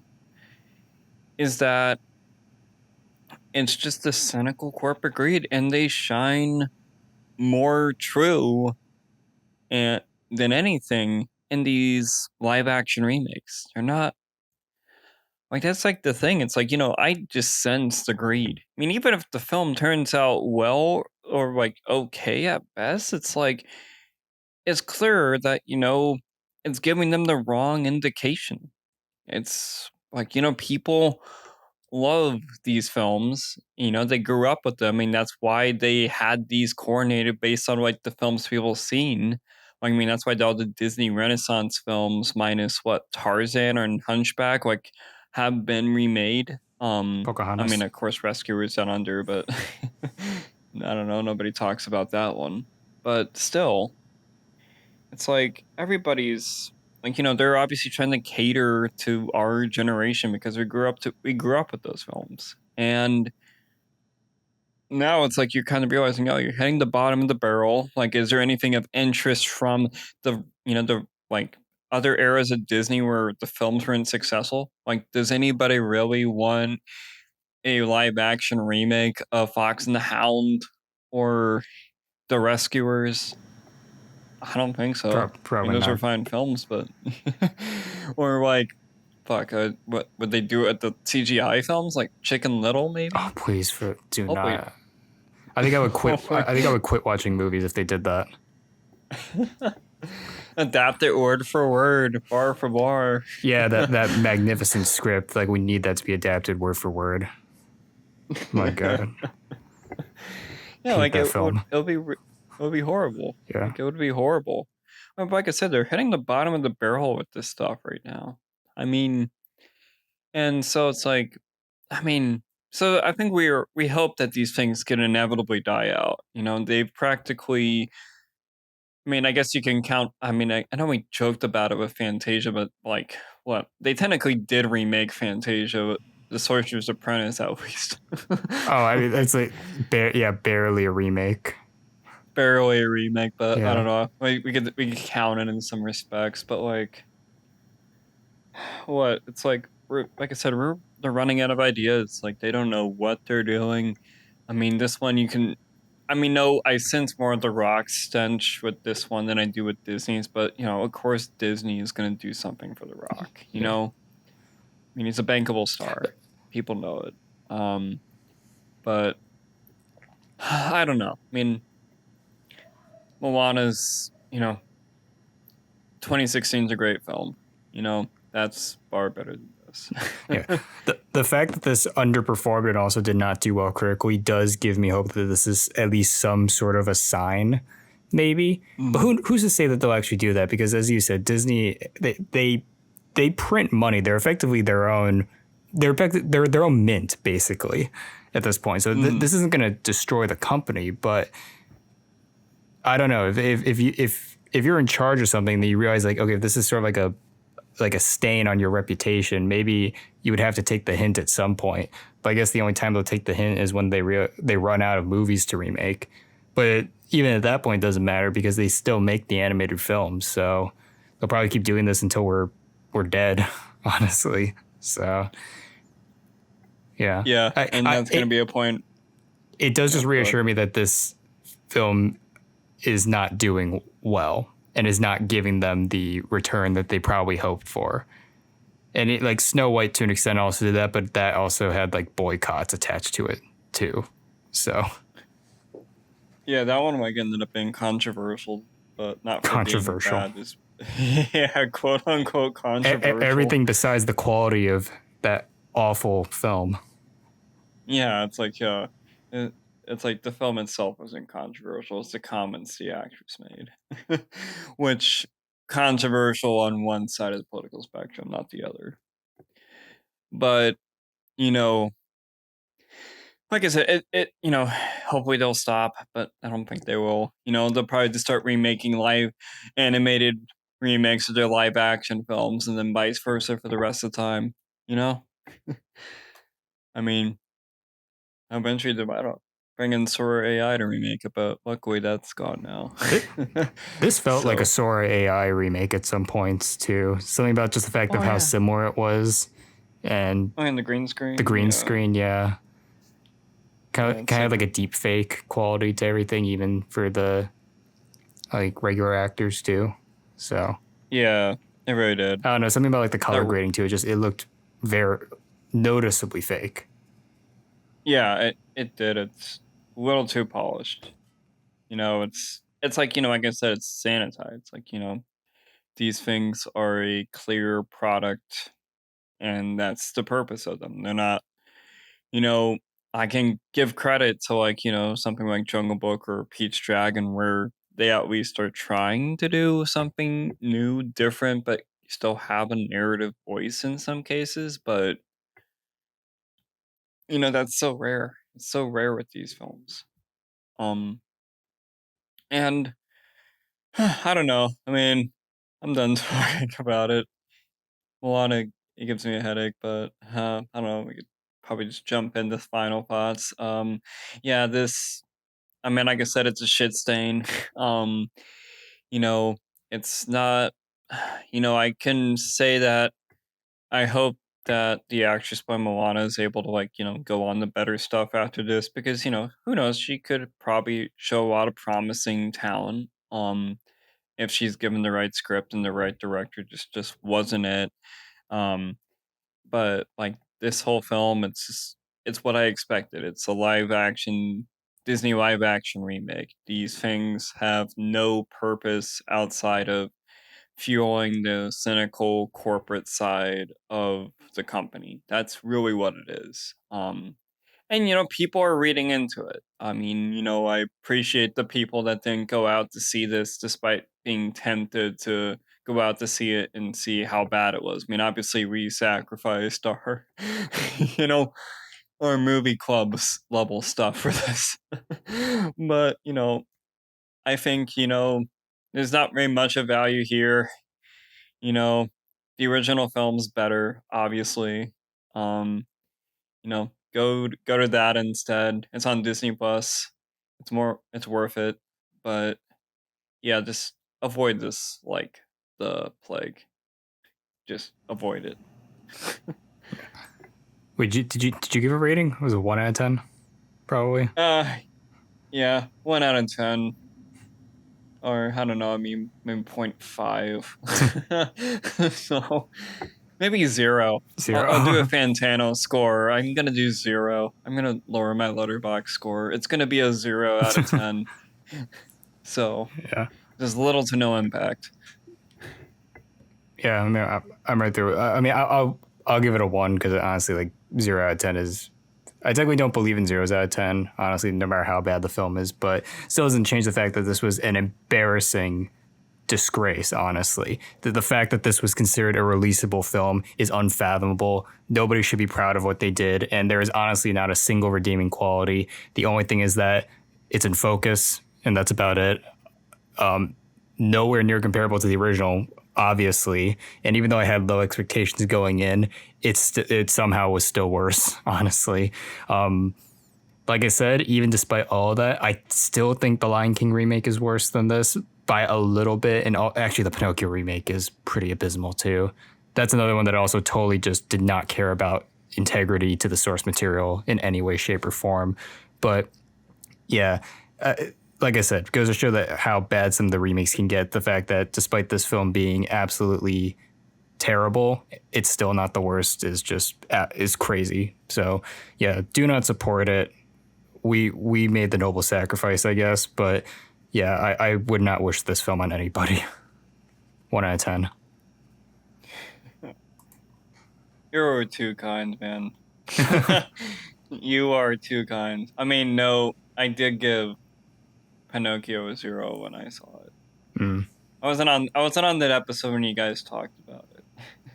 yeah. But I remember nothing. But Anyway, a good okay, let's go movie. to something a little more positive.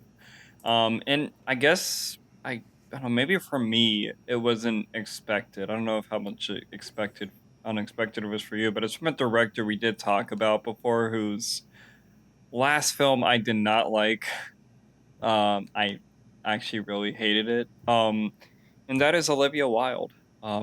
She's out with a new film, Mm-hmm. starring her and Seth Rogen and Penelope Cruz and Edward Norton, titled The Invite. And I guess just to go through the synopsis of the film, is that it's an English language remake of a Spanish film called The People Upstairs. Um, and initially, what the whole film is about is that it's about a dinner party where you get two sets of couples, Rogan and Wilde, and Norton and Cruz, where after the former invites the latter over for a dinner party, um, they initially try to find a way and bring it's sort of like the whole and basically how to describe it is like the whole quote unquote invite basically come jumps into unexpected places that could potentially make or break a marriage. And that I guess that's as much as I want to talk about before we, jump into the quote unquote spoilers, even though I don't know if there's really that much. But yeah, this I guess this was a film that did surprise me a little bit, but I guess I just want to know, like, do you feel the same way? Yeah, it did surprise me, actually quite a bit because I we didn't we talked about Don't Worry Darling when we were on BG Banter, and I was one of the few people in the world who actually defended that film. I haven't seen it since then, so maybe my opinion will change, but I did not think that film was that bad. Honestly, I kind of enjoyed it. But her first film, Booksmart, was really great. It's one of my favorite comedies of the past 10 years. So Wild definitely has she has a good sense of a directorial vision, even if the material that she's given may not be necessarily amazing. She knows how to at least produce a competent enough feature. And so for that reason, I was looking forward to this by default, but I was really impressed with just how much I enjoyed it. It's a really tightly written, just excellent script all around. And I've never seen the original film that this was based on, which I believe it was from Spain. And but it seems like this is a great bottle movie because it's set primarily in one location and it really excels on the character dynamics. Like it's all about the blocking, it's all about the dialogue, and it it's reminiscent of like a classic 70s film.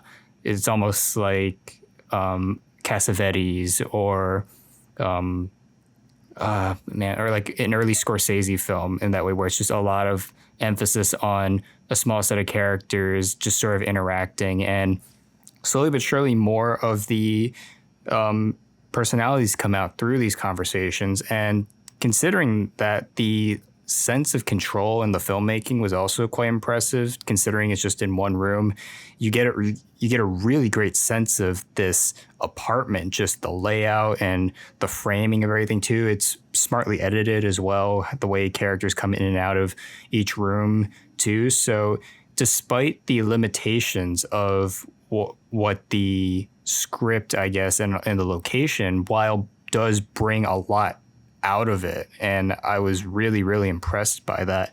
And all these actors I really enjoy to some degree, but they're giving just really great performances. I was particularly impressed by Seth Rogen, who we obviously meme about because of his goofy laugh and his appearance in mostly comedies, but this goes to show that he is a very capable actor. That, funny enough, what we were talking about with like The Rock, how he just does sort of the same thing. Like this is a case where he's branching out into territory that is more unexpected and has a bit more of like a dramatic chop to it. And I don't know, I really liked that about it. And yeah, it's also just extremely funny too. Like the audience, I saw this when it was in the limited release, so I might be a little hazy on memory, but I saw it with a sold out crowd here, and the audience was just roaring with laughter at points. It was awesome just to see that type of response, and like so was I. Like I was, there were some really great jokes. There's some really great punchlines too, but it's not stupid. It's all because of how smart the characters are, and they just naturally play off each other really well. I think Wilde said that there was a good amount of improv too, and the chemistry just between all of them just hits perfectly, and you could sense the relationships at play. So yeah, overall, I had a great time with it. I really, really like this movie. Yeah, I mean, I liked it too. I mean, I think it's, I wasn't a big fan of Don't Worry, Darling. Admittedly, I have not seen Booksmart. I think that's been a blind spot of mine for a while. But I think with this film, this is actually a really good rebound for Olivia Wilde, just because, I mean, regardless of like whether or not you like Don't Worry, Darling, you could tell it did sort of like put a little damper on her career a little bit, just because of the behind the scenes incidents between her and Florence Pugh. So like there was probably a lot of things that maybe might have like caused like some studios to turn the cold shoulder in some way. But this is a nice way to rebound. Just because for one, like going from a film that is such a high scale like Don't Worry Darling to something that's a little more like contained and a little more confined to one location really does give Wilde a chance to sort of shine with her direction, because there's actually a lot of really interesting things that she does from a directing standpoint that actually really elevate this film. I mean, because as we say before, it is confined to just one apartment, but she does such has fun times like the frames within a frame, just a lot of chances of like really showing like space between characters and how a lot of that's communicated, because you just kind of get the sense of like you're in such an enclosed space like an apartment, even though this apartment's like bigger than most. They said they like expanded it or whatever. Oh, it's San Francisco And too. So, yeah, San Francisco, yeah. So it is like a bigger like apartment, but the thing I do like realize with it is like she sort of is presenting this contained space sort of like a lot of area. Like there's like times where characters are not even in like the same room as one another. Like the thing I remember a lot about this film is like how most of the time when you see Rogan and Wilde's characters who, are going through a bit of a, struggle in the relationship, which is why, the invite which is why the invite happens. You sort of see how the you sort of see that they're not in the same room half the time. Like they're both somewhat separate from one another, and when they're close together, like they start arguing. But it's very smart choices in just how every character is sort of placed and how every scene is framed, that you get this sense of like distance in a place that should be so close for a lot of people. Um and I think it actually works beautifully, and especially like the fact that it's combined two apartments. So you see like the kitchen window all the way from like Seth Rogen's office in the film, and it's kind of like showing like how big that distance is. Like it is a really effective like use of just use of location and use of shot composition. So she really did a good job with just composure, and of course the script is very well written as well. It's I believe it was written by Rashida Jones, who, mhm. is a pretty talented actress in this industry, but I admittedly have not seen anything that she's written. I know she's been known for a lot of like TV roles, but seeing her like write this film, like there's a lot of really good dialogue, and how that dialogue is sort of portrayed and giving you like moments of just like anxiety in some cases, but it also feels realistic, sort of like, Cassavetes or Noah Baumbach's dialogue. So there's a lot of times where like, the conversations are sort of going on, but it's kind of like the reason why they're going on. It's like, yeah, they're sort of compensating for something they like shouldn't be reacting so strongly to. And which I found very, very impressive, because, I know there's like some people do it's like, oh, the conversations go on a little bit too long sometimes and just sort of like talking out a little too much, but it's like there's kind of an intention there where, yeah, they're just trying to really cover something up that they don't want to be covered up. It's like it's really impressive just in how that's all portrayed. It's like this sense of just awkwardness and anxiety when this couple comes into the room. And you know, it's like direction and writing. It really works very well in tandem with one another. Yeah. Something that's really clever about the film too is that even though it's primarily focused on the dialogue, as you were saying, but to allude what you were saying earlier about the location too, the environment and the space, the individual rooms are just as much of a character or represents the human characters as the human characters themselves. Like I love how in each room you can get a sense of each of their personalities. Like Seth Rogen's office, because for context, he's a failed musician who's working at like a college or a high school as like a music teacher. He had like more aspirations. So it's clearly this is just something that is meant to just, provide for his family, but he's kind of just in a dead end position basically.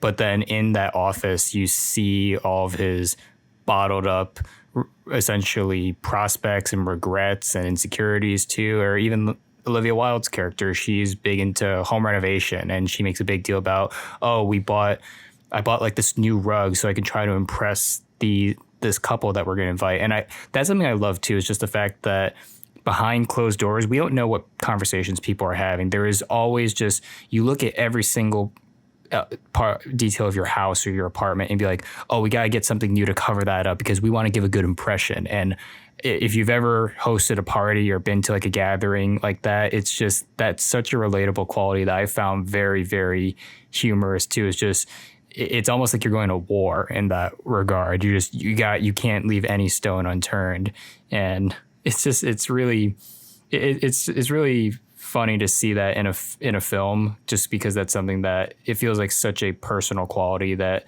you could identify and relate to as well. But I don't know, and even the dialogue too, just a lot of it is made up of very lengthy monologues that for some maybe you could say is a bit rambly, but if you've ever had an argument or trying to get a gauge of a person or persons in a conversation, it can get rambly. It's not just quick cut Tarantino-esque dialogue. It does feel more like you're living it within your own play in that sense. How you're just constantly talking, trying to read a person or trying to put on a facade too. So this is a film that does a great job of capturing distinct human behaviors. It kind of reminds me of something that like Charlie Kaufman would write, how there's a lot of detail in that dialogue to bring out more of the characters. So, but yeah, with that dialogue, there is like so much like character and just like desperation that just comes out, especially from Rogan and Wilde, where like when Cruz and Norton arrive, it's like they're trying their hardest to sort of impress them in some cases, and try to like give an idea about like that they want to get involved with whatever the hell they're doing. But I mean, I don't know if we should really say spoilers because I think that's like the only thing in the film, but I do want people to like see the film for themselves. But Yeah, we could get into spoilers eventually. yeah, for sure. Admittedly, some of the advertising doesn't. They don't keep it entirely under wraps. It's not like the drama. Nah, So nah, they don't. But I don't know. I don't know. I don't think it's like too spoilery, but because the advertising sort of got away with it. But initially, and I guess kind of disclose what I'm talking about. It's like so the couple that comes in, they're sort of like a sexology level couple where they basically participate in sex parties and sex orgies and which on the surface seems like pretty unhealthy things to get involved in as a couple, but for them they come off rather healthy as a couple.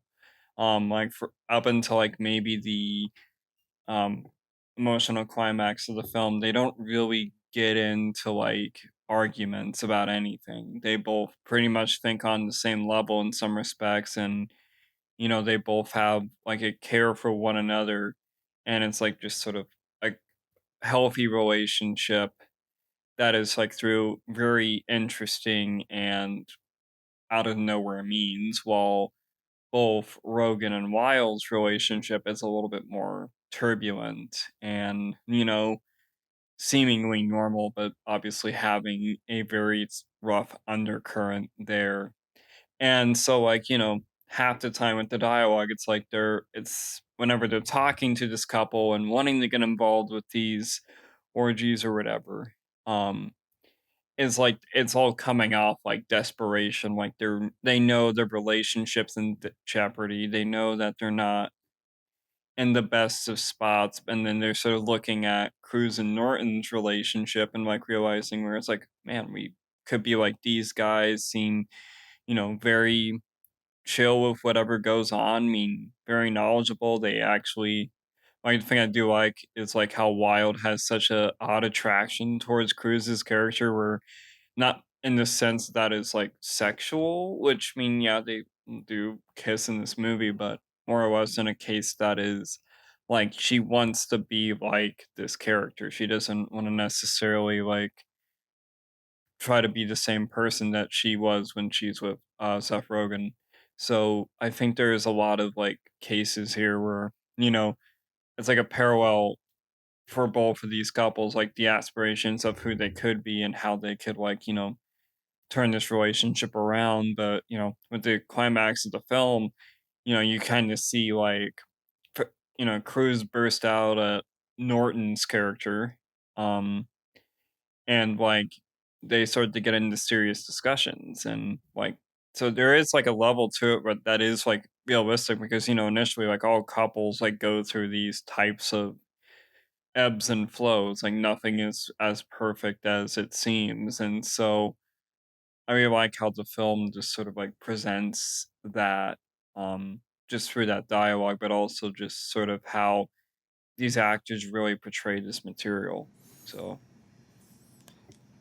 Yeah, once that reveal happens, it does illuminate more just how Rogan and Wild desperately want to sort of rekindle their relationship, because it's pretty evident from the start that their marriage is on a sharp decline. Just the way they converse, and also the communication, and how they sort of essentially kind of like lie to each other, how or lie and minorly gaslight each other, how like kind of the being how Wild's like, oh yeah, we're having people over, I told you this morning, and then it's revealed that she just planned it that day before, or like after Rogan left to go to work. And that right there just shows that there's something wrong. But the admiration that the two have for Edward Norton and Penelope Cruz is sort of like they see them as like a almost in a way a model couple, kind of like how, or and you can apply the same thing. Like if you see someone out there, it's like, oh, I want to aspire to be like them. They're like my role model essentially.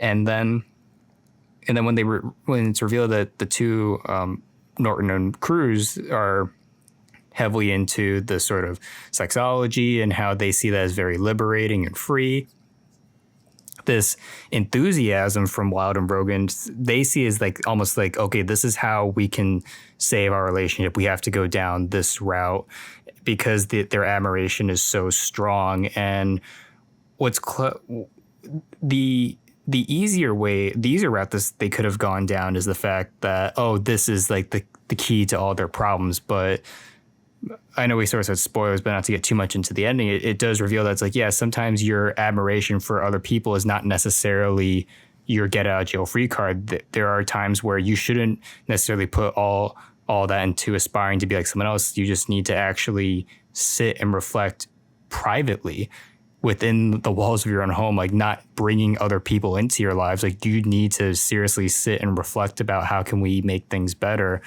And for that reason, the drama of the film also really works too, because it's revealed that everyone has their secrets, everyone has their insecurities, but it still leaves it on a note where it's left open-ended enough to where it doesn't spoon feed you the answers. And depending on however you see the film, like in your own personal lives, the inevitable conclusion for Rogan and Wild is totally up in the air. Like it could be something happy, it could be something very sad, or they just don't even change at all. Like it could be any of those options. So it constantly keeps you almost a little bit distant from getting a clear answer, which, in my opinion, makes the film more smart too, because it's not like it's not insisting on an answer.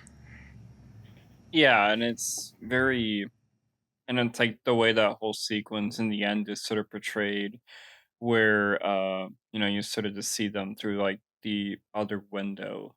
It's like it's like it's painting a picture of something that probably like was there, and is there in some respects, but maybe it's something that just feels so distant. So I really like how Wild really portrays that whole moment in that like final image, to really let that emotion sink in. I mean, it's not very much to like spoil about this film, but like the open ended nature of this film like really is incredible. Like it just really shows like how talented she really is as a director, and she's, I know just like a lot of this where even though this is a remake and this isn't written by her, this is sort of like something that I do believe could have like be reflected in her own life. I believe a few years ago she was divorced with Jason Sudeikis of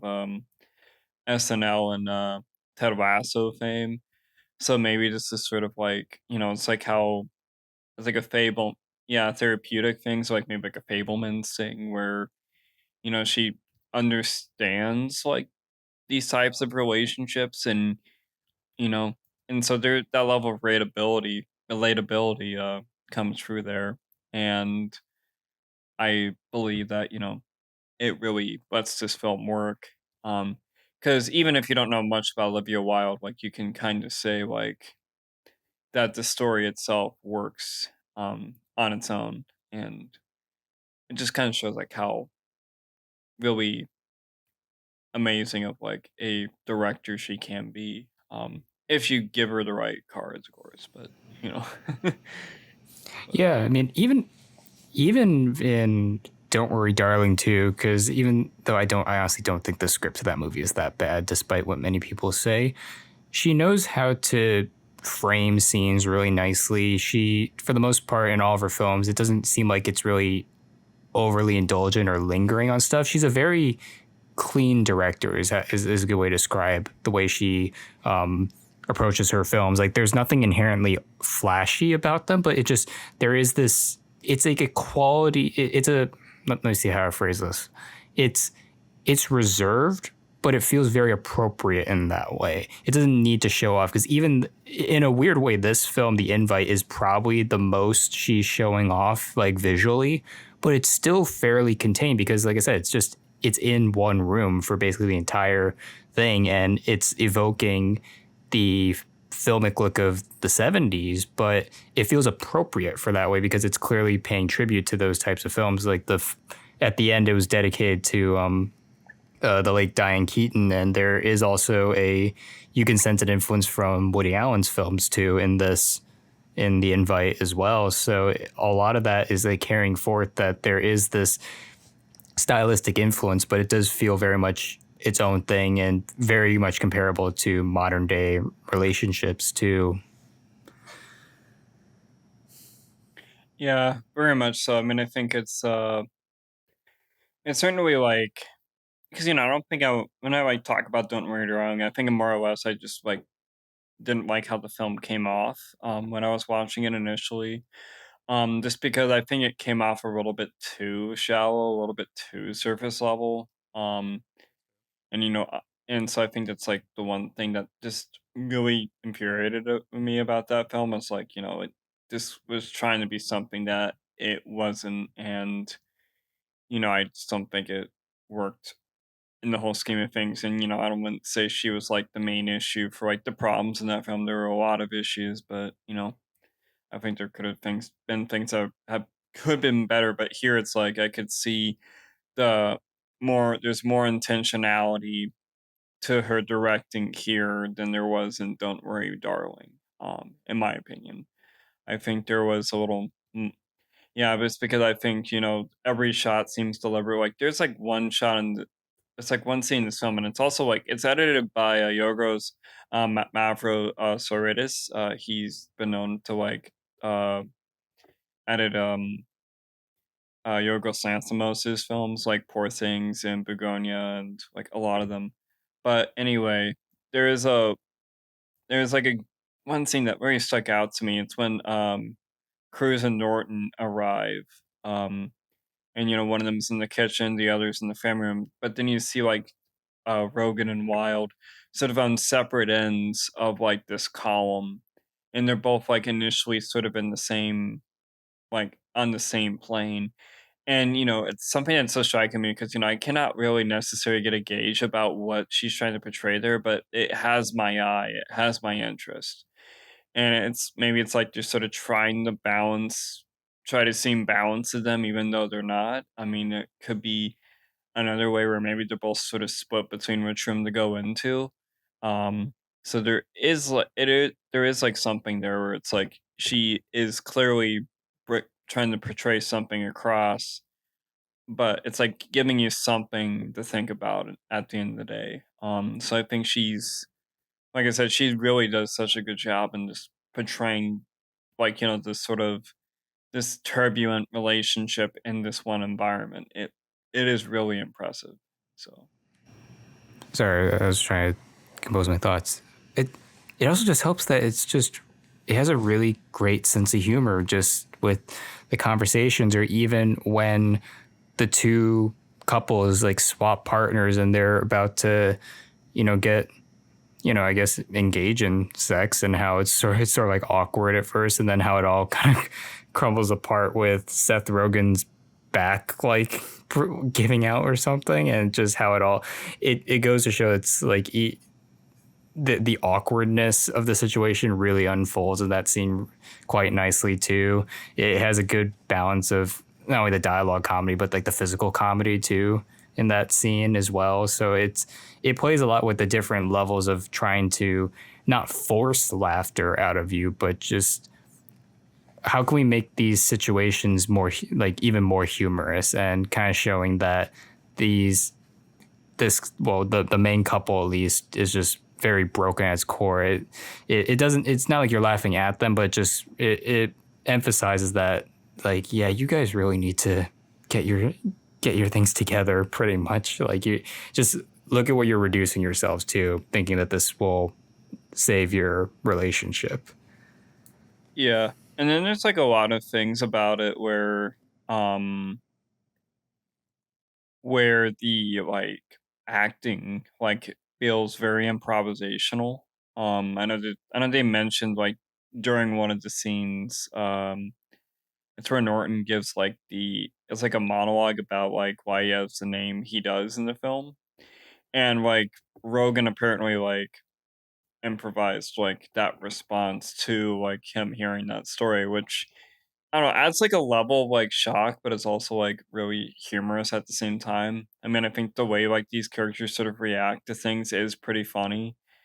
Um, and it's like, so I wouldn't be surprised if they did a lot more improvisation in these scenes at all, because like it's just something so natural about how all this humor is sort of coming out of these conversations, and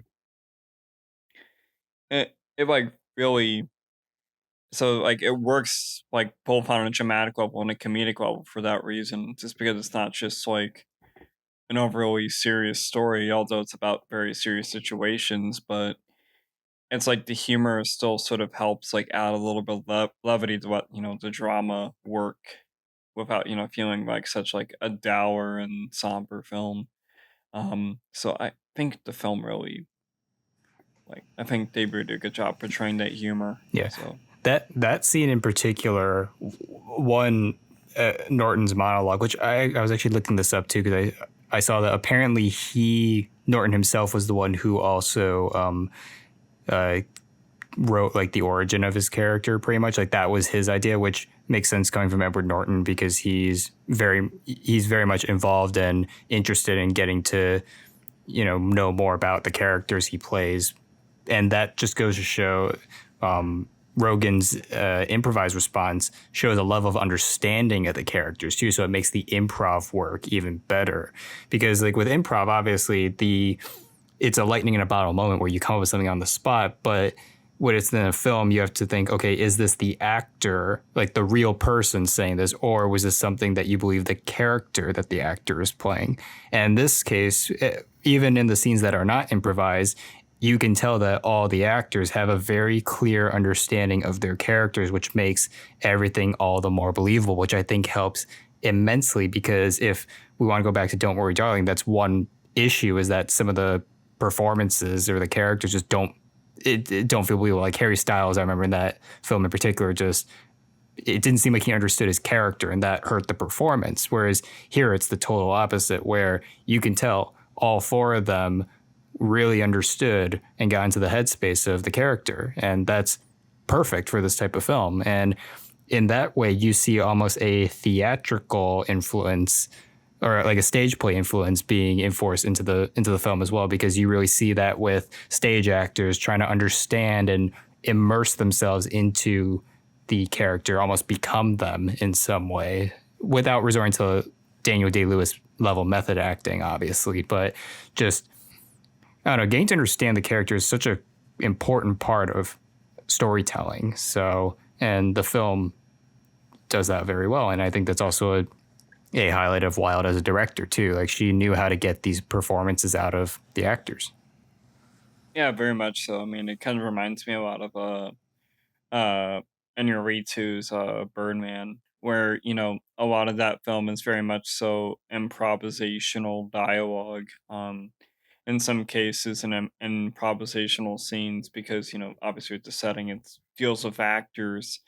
And so, with the advantage of the fact that this film is sort of set up like a stage show in some respects, it really gives a lot of freedom, not just for Wilde to really do something interesting directing wise, but also give a chance for all the actors um, to really like explore their characters in a way that actually comes off realistic and not just like exposition-ish dialogue, because things are explained, but an exposition is in this like film, and not like exposition isn't, but it is like that. The way all these things like come out naturally, like about their daughter, and about the back pain or whatever. It's like there is like the way it all is portrayed actually comes off rather grounded, and not just in a way where it feels like, oh, I need to explain this fact about this character here just because we need to explain it. It's like, no, it actually all comes off very believable. So it isn't just like, so it doesn't feel like very formulaic or derivative of anything at that point. So it really helps that this Noah Baumbach level dialogue here really just portrays everything super well. So, Yeah, uh, comes together very nicely all around, which is nice because this is not a certainly not a big budget film. It's I would argue it's not a low budget film either. I don't know what the budget was for this movie, but my guess is probably around 10 million, maybe. That it honestly might be less, to tell you the truth. But I don't know. It feels comfortable in that sort of indie space, which is good to see because this was came out. I think this came out originally in its limited release the same day as Supergirl, so right in the middle of the summer season, which A24 they tend to do. Hopefully, this has longevity. I think this can go for some Oscar nominations, and based on the word of mouth, I think it has a pretty decent chance of, particularly with the screenplay nomination. Maybe some of the acting, but at the very least screenplay, because the screenplay is just really great. yeah, I mean the acting is great here. I don't know if I consider it like award worthy, but I could at least say like I wouldn't be mad if like any of these actors get nominations. I think if I'm being honest, I mean the likely ones would be Cruz or Rogan, which would be a pretty big deal for Seth Rogen, just because like he's really come into his own as just an actor and a creative. I mean, I think he's done a lot in terms of television productions, by producing shows like The Boys or Invincible, and then of course like the studio, which has become such a big deal for Seth Rogen. And so it's like, he has a I have a lot of respect for what Seth Rogen's doing now. I mean, who knew like the dumb stoner Canadian from Pineapple Express would become like a really well revered comedic actor and producer. It's something that I don't think we couldn't haven't imagined it like 10 years ago. Like it's insane just the level like he has come like such a long way in terms of how he's like being more deliberate as a creative, which is great. I think it's something you want to see out of an actor like him, just really give himself more opportunities to like really push himself. So it's pretty amazing to see that. Yeah, prove that you have range and versatility. Yep. You listening, Dwayne the Rock Johnson? Well, I mean, he's in his I mean, in the he's Rock's proved it. defense, he did that with Smashing Machine. Yeah, he did. But I don't know. He might have backtracked a little bit. Probably, yeah. But yeah. I guess. Anything else? I can't even think of anything else. No, it's a really solid film, and I'm glad that it seems like it just came out in its first week of a wide release, and I think it seems like it did pretty well too for the expansion, and I think the word of mouth will still continue on. It's a really solid comedy with a that perfectly enacts on its premise. Like this is a film where a lot of the pieces like really fell into place in terms of a level of control that felt very believable and sincere. It's really the script that makes the film. It's just from characterization, dialogue, pacing too. It's really well paced overall. It's really solid. I give the film an 8 out of 10.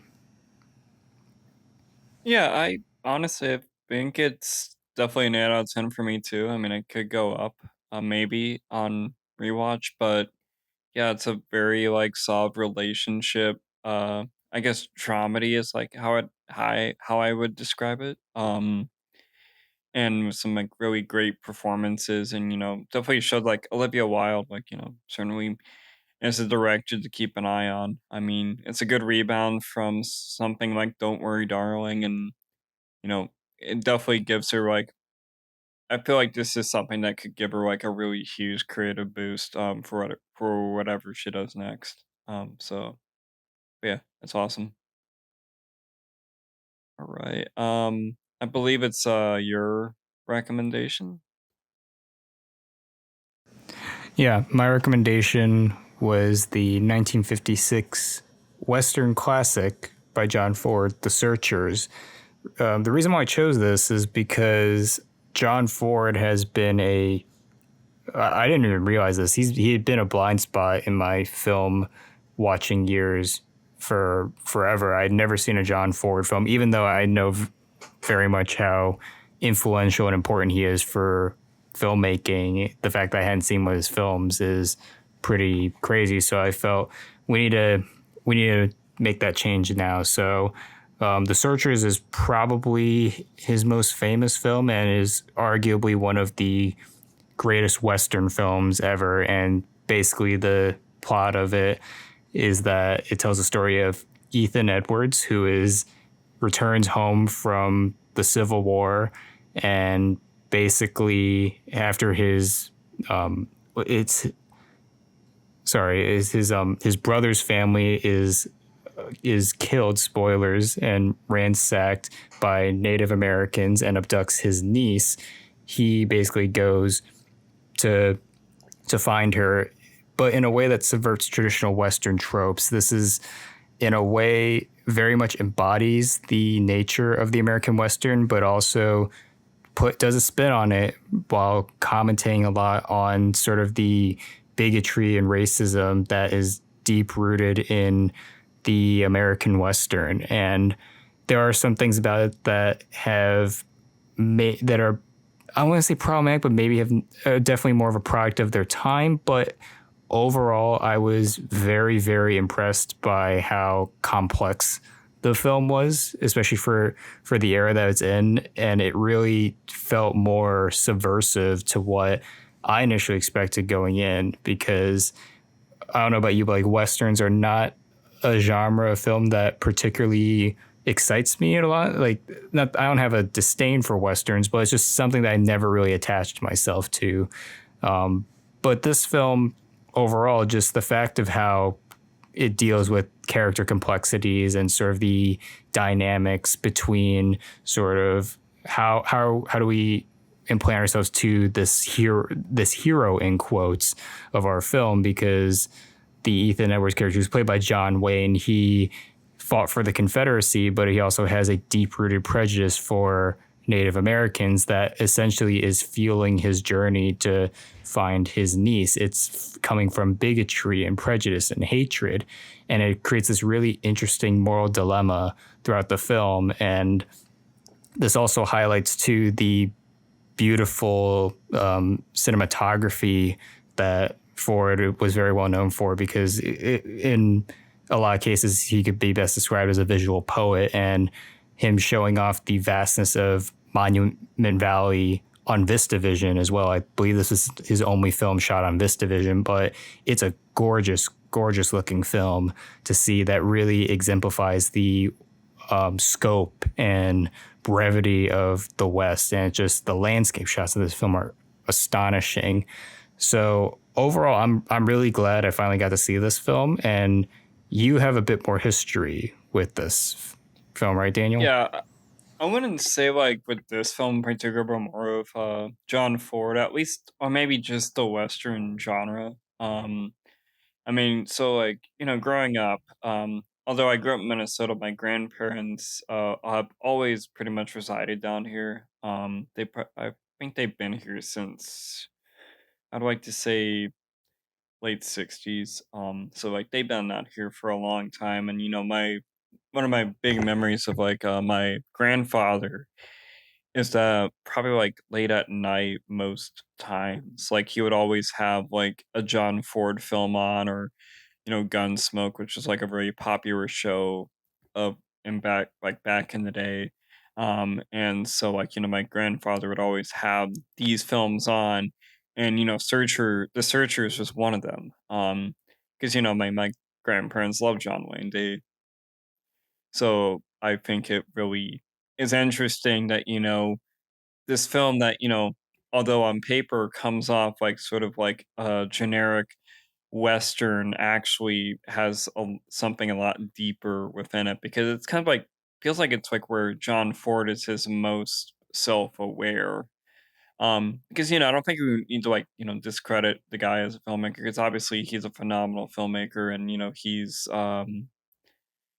created some classics like Stagecoach and How Green Was My Valley. Like he's a very popular filmmaker in that way, and of course like every single like frame that the guy shoots, it's like a pastel painting. Like you can't, like, it's so enriched in like color, and just it's like you're looking at like paintings from like old museums of like life back in the day. It's really impressive on how he just manages to create environments just through the cinematography alone, and just how vast everything is. And obviously, this film is no different.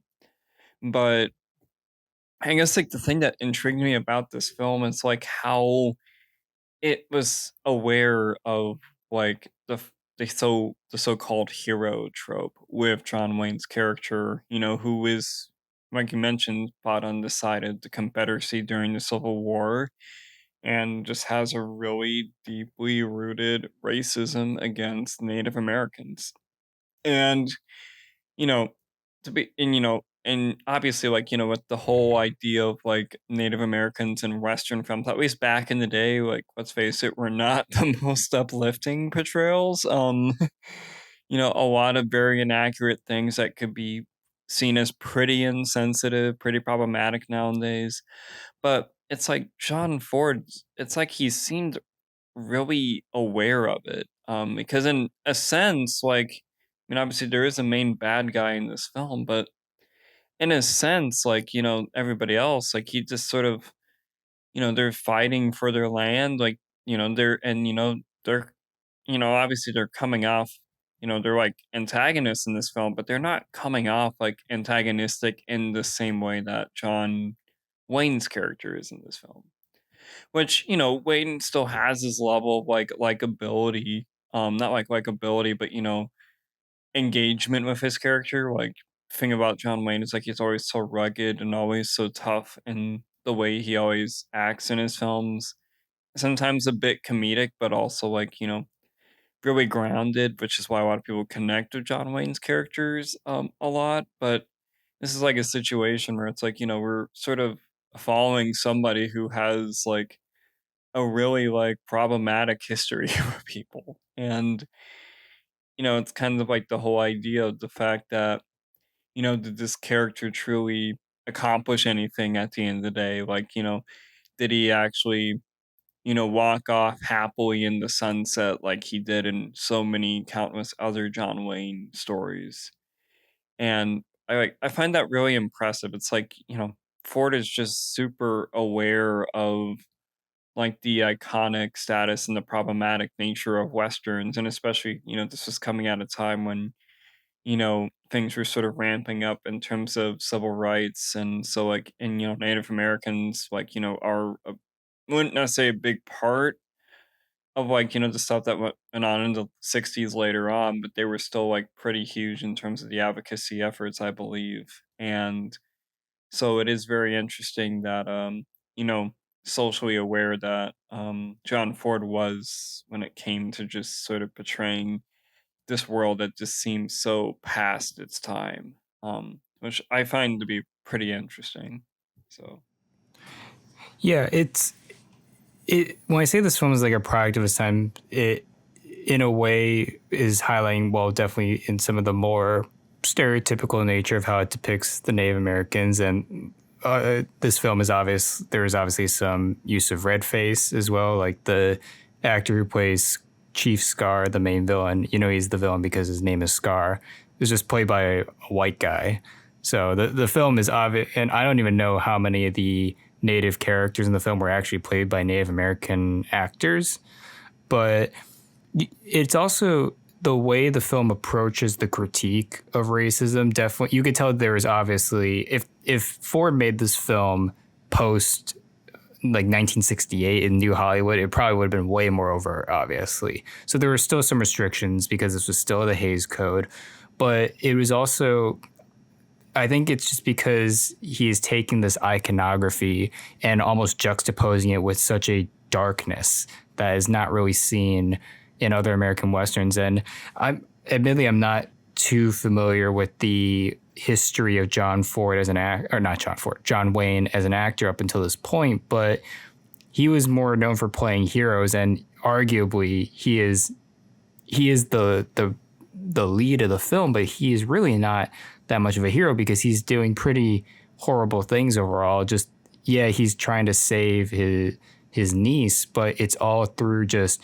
violence. Just the way he's killing off the natives is from, it's like this ultimate vengeance that he's gripping onto. And even like when in the scene when the one Native American is already dead, he defiles the corpse by shooting the eyes out just so, the Native American doesn't go into the spiritual realm, right?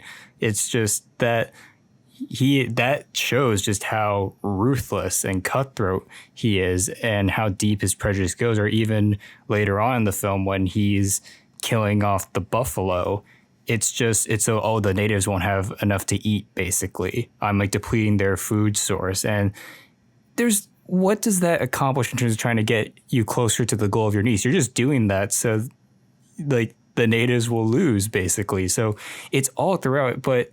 And so the fact that we have John Wayne, who is by and large the figure of the American Western, doing that is really fascinating. And I don't know how well received The Searchers was upon release. I know it didn't receive a single Academy Award nomination, which is honestly insane that it didn't even at the very least receive a cinematography nomination. But it almost seems like this was a borderline daring approach to the genre, even though it's still by today's standards a bit archaic and probably not as, I guess, subversive or progressive potentially. But just the fact that he was even able to do that at all and confront that in some form, I find to be very admirable, because before going into the film, I'd heard a lot of about like, oh, The Searchers is still very problematic even to this day. And there are some problematic elements. Like I said, the depiction of the Native Americans is still very much rooted in cultural stereotypes. However, I think it does, saying that the film is problematic in the same manner as like, oh, I don't know, something that has more overtly racist messages or imagery almost sort of depletes the complexities of the story, because the film is not making a stance of, you know, like, oh, you're supposed to relate to John Wayne. It's like, no, it constantly challenges you, which is quite impressive for the era, and I think gives the film a lot more credit, or at least Ford's perspective in terms of making the film really, really fascinating, and why it's constantly still being studied in film school and stuff. So, yeah.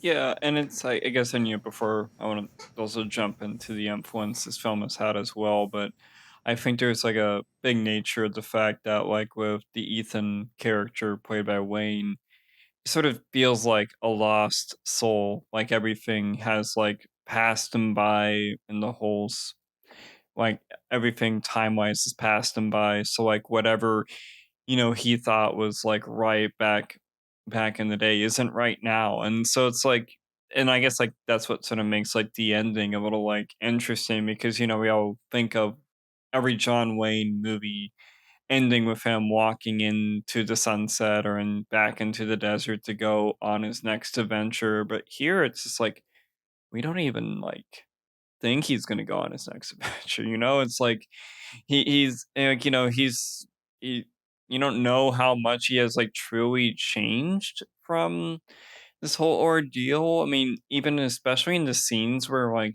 he's like the scene before, he brings the Natalie Wood character home, who was the lost daughter, like or the older version of the lost daughter in the film.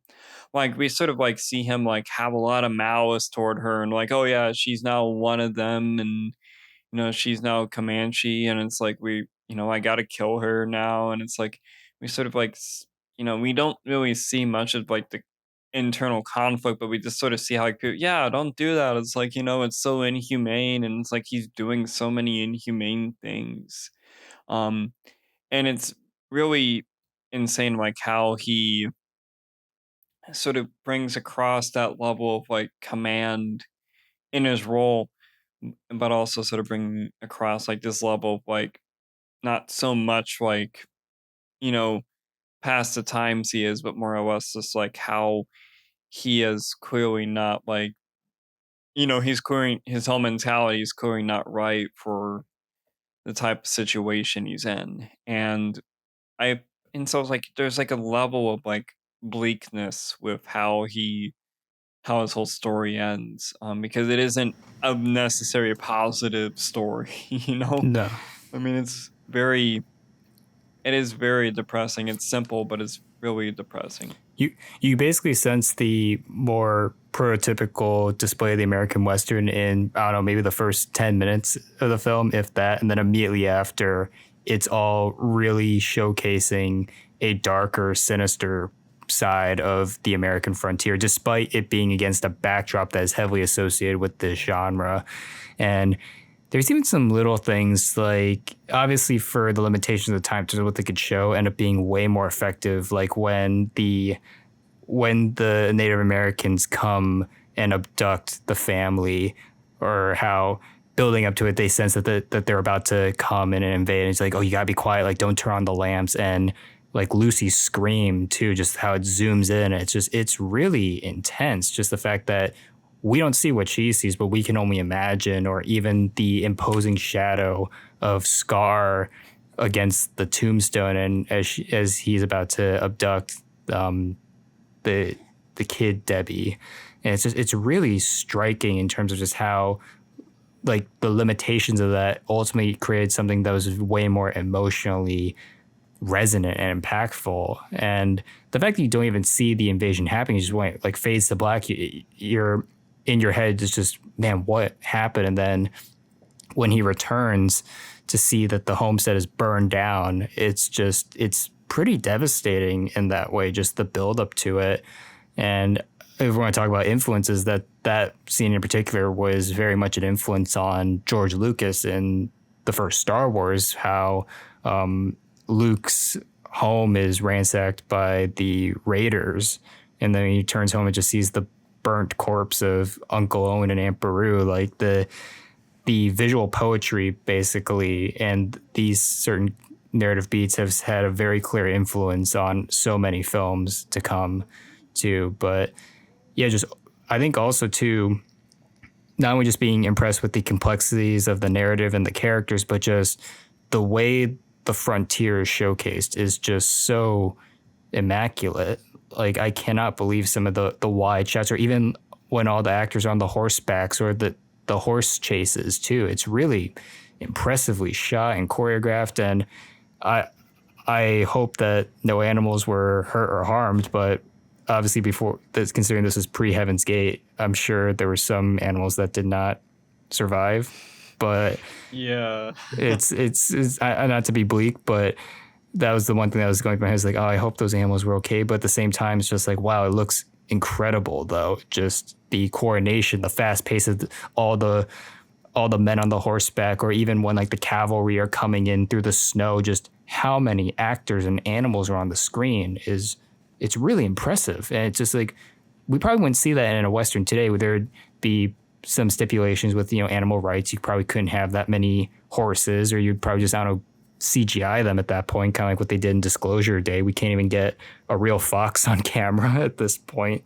So yeah. Yeah, yeah, it's kind of crazy, just like the level of production value that this film has. I mean, and like you said, it's like shot on VistaVision, so like the environments feel a lot more gigantic and big, and like the scale is so up. It's like the thing I like about like with just the way John Ford frames these shots is he sort of brings this level of it's sort of like like the shading and the shadows, like how get a gist of the dimension and how far the characters are between like between the camera, but also between like whatever's behind them in the background. So it's like you always get a good sense of like depth of field with how far everything is. And I also like really enjoy like the opening shot of like the silhouette where Mm-hmm. like you see the I think it's like the brother or something, like walking out of the door to see that John Wayne's coming home or whatever, and like you see like this silhouette, but like the background is so lush and vibrant. It's like it really sticks out. It's insane just how they managed to like really capture Monument Valley in Arizona. Because despite the fact that they said this like story takes place in Texas, it actually took place. It was actually filmed in Arizona. Oh, So yeah, we don't. I mean, I don't know. I haven't been out east or west, technically in West Texas, like Lubbock or Amarillo, but I don't think we have I don't think we have deserts like that. Um, I may be wrong. I'm still new, and there's probably Texans that'll tell me I'm wrong. But we don't have the Texas that's presented in this film. Um, but yeah, Monument Valley looks really incredible here. Like they even have it as like landmarks. Like you could actually like go there physically and just see where certain movies were filmed. Like apparently Forrest Gump was filmed mm-hmm. there, and yeah, there's a lot of like interesting stuff. I mean, I want to go out there someday.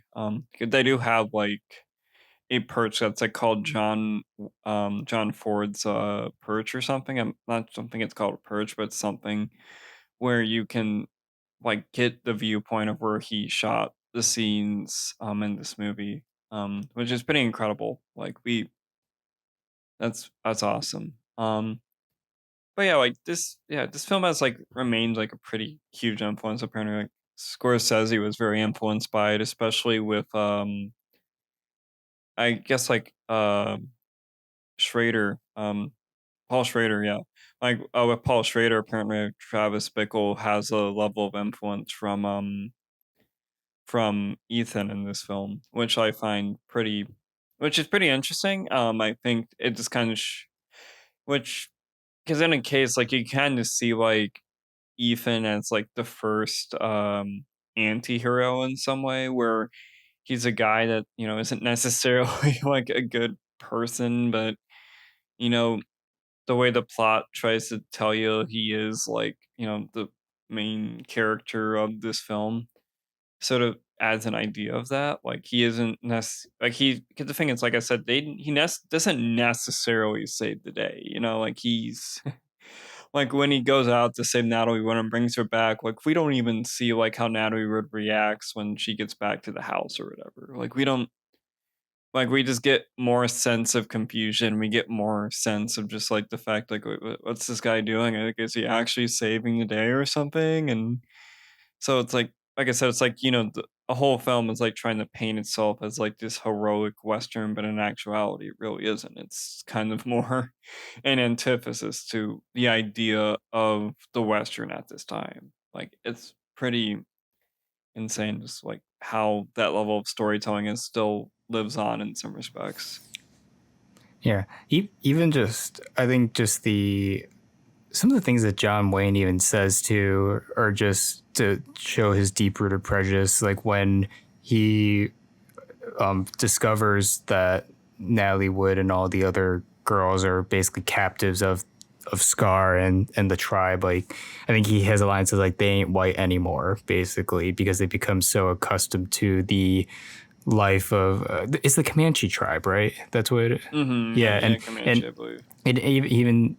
even when he has Debbie basically about to bring her in an attempt to bring her back home, like Ethan pulls a gun basically to his own niece in an attempt to bring her back, but it's also just to show like, yeah, even though I'm here to like quote rescue you, you're still not like part of my family in that way because you have it in his words like, oh, you're not white anymore, basically. Like you're more Comanche than part of I don't know my family, which is so ruthless and just really shocking to see. And it doesn't over explain anything. Just the the way he says it's like so calmly too. How like obviously you could tell he's probably fuming inside, but just the way he says it very casually, he just like tosses these like very hurtful words around. Just goes to show like man, he's a piece of work. This character, and at the same time, like the way Wayne plays it, he just has a very captivating screen presence too. Like it's almost obviously not as extreme, but it was kind of reflect comparing it to like Alex DeLarge in A Clockwork Orange in that way, where both characters are pretty terrible people, but just the way the John Wayne and Malcolm McDowell perform as them, it's just you can't take your eyes off them. It just they carry the experience overall, and I think to for John Wayne's like stoicism and just the way he is able to essentially lead with a wrong mindset, but just he's going through all this time to try and find his niece and but also obviously fueled by his prejudice, but he's putting in a lot of like effort and work into that too. And it's very engaging, weirdly enough.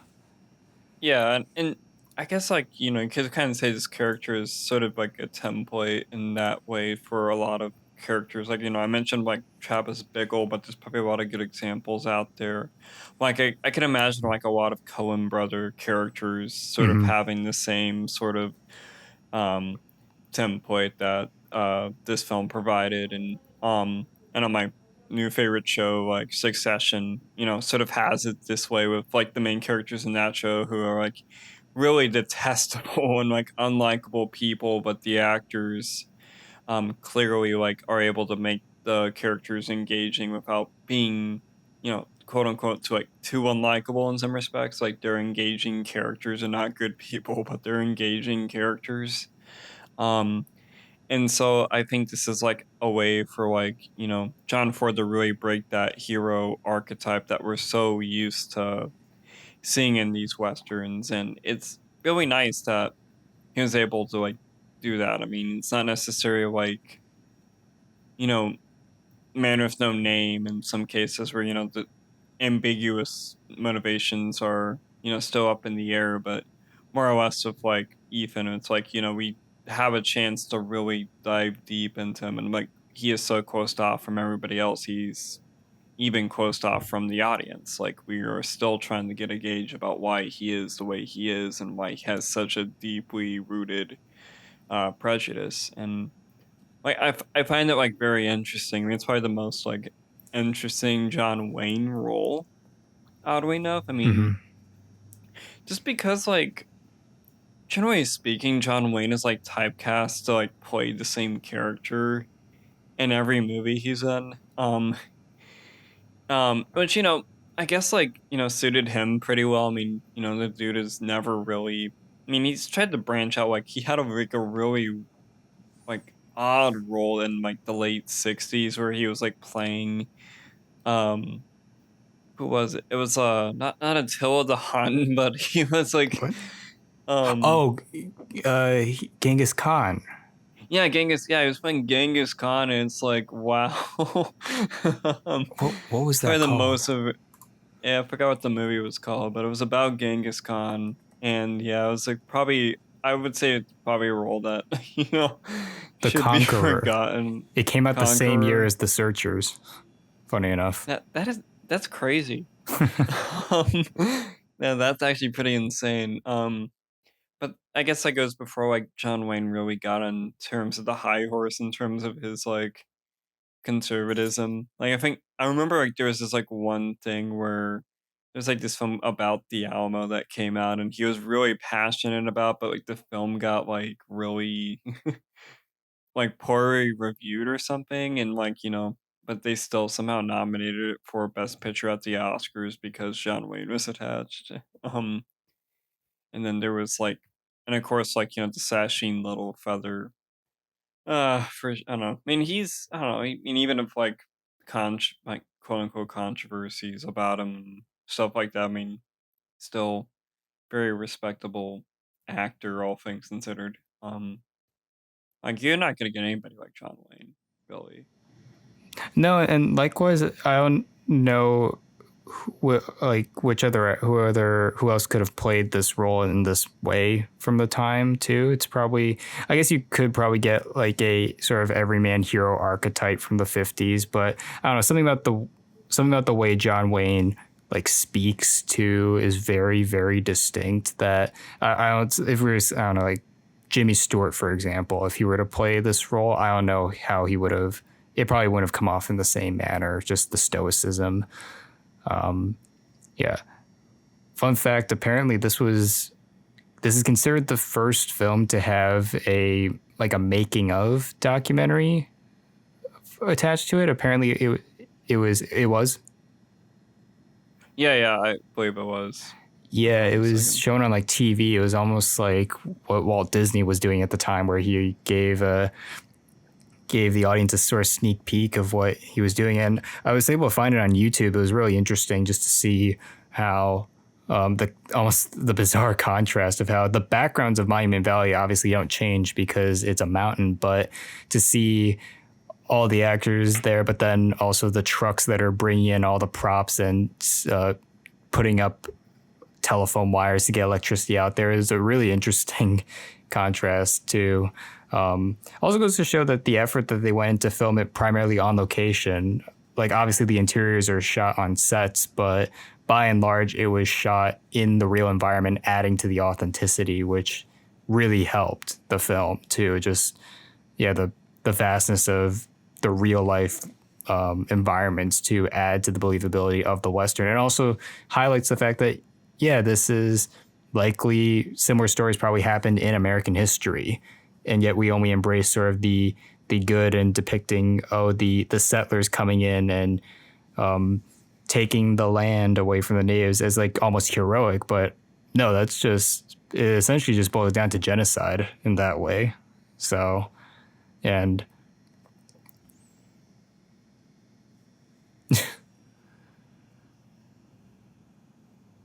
you gotta think like the level of restrictions like back then. I mean, where they probably could go on and get away with so much, but even today you probably won't get away with like the whole red face like controversies and sort of how the Native Americans are depicted. I mean, I don't want this to be remade personally. I don't think anybody does. Oh yeah. I don't. I could see.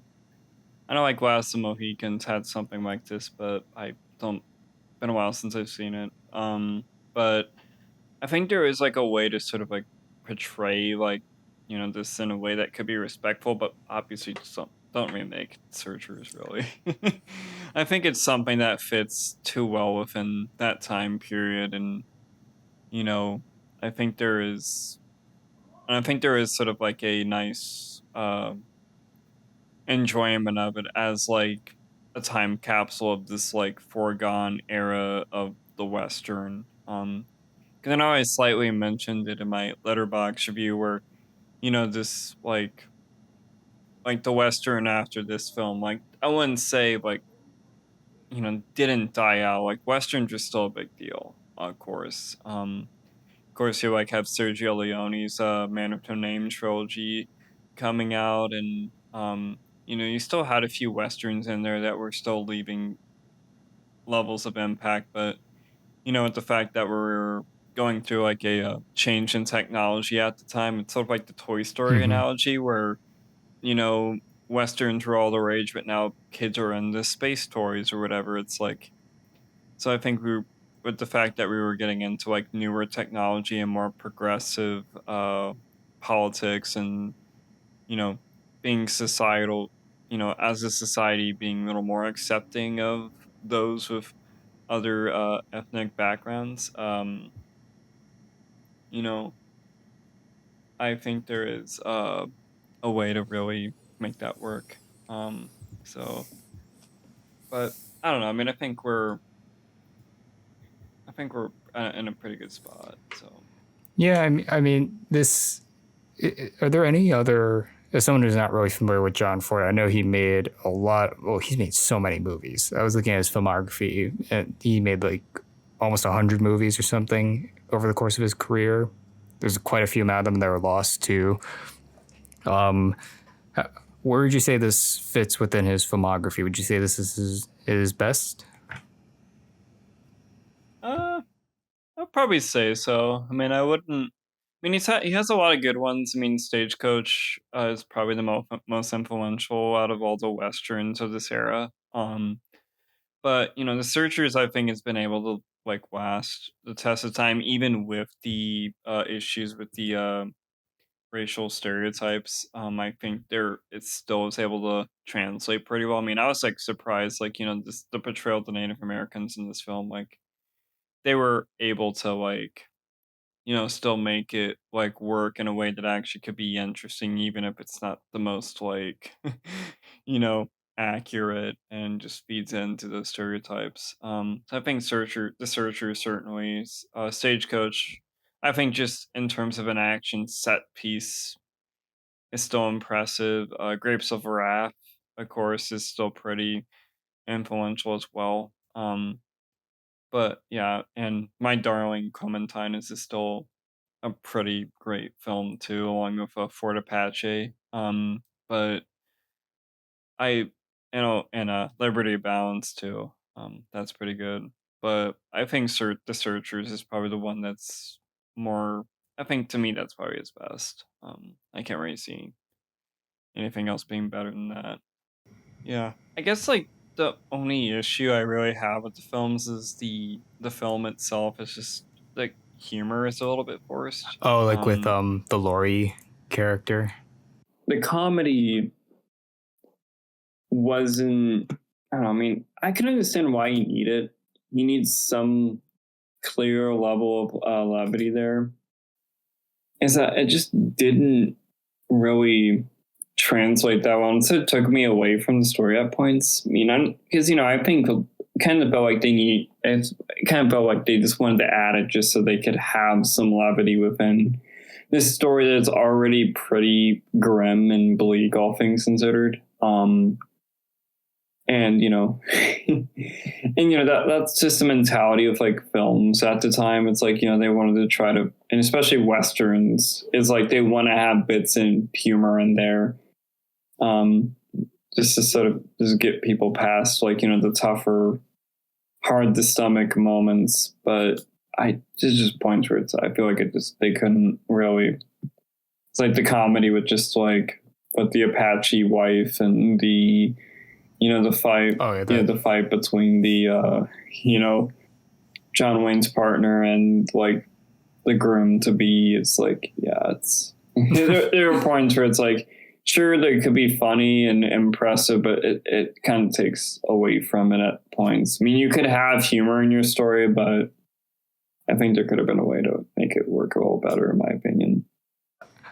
I thought that fight between was it Martin and I forget the other guy's name, but the Laurie's like new husband or soon to be husband, like before they fight, they act so like gentlemanly. They like, okay, they like plan out, okay, where are we gonna fight? We're gonna fight here. Okay, we're gonna do all this. Okay, they shake hands and then they go ahead. And I thought that was pretty humorous. Yeah, the stuff with like the Native American wife that Martin also gets, like that was probably like the most dated part, where it's like, okay, the Native American actor is basically used as the butt of the joke. And it's like that did not age the best. But the stuff with Laurie, who's played by Vera Miles in the film, that it's an interesting back and forth. And I think obviously there was no, I don't know if it was like a studio note or maybe probably John Ford probably thought that it kind of is like, you sort of needed that sense of comedic levity, because I think without it, audiences would totally reject the film because it was just too bleak and like sinister. And it's not like it. I kind of empathize with that. It's not. It does kind of cut back and forth too much. But I thought Laurie was a very interesting character too, because from when she's introduced, she's played off as this more sort of innocent, figure of desire for Martin and all that, and how she's just very like passive and sort of like calm and all that. But then later on in the film, she also shares in a way a similar sense of prejudice as the John Wayne character, but it's just not as extreme and overt. Like when Ethan and Martin decide to like go back and get Debbie, Laurie tries to bring Martin back and be like, yeah, she's already essentially become part of the Comanche. Like she's not one of us anymore.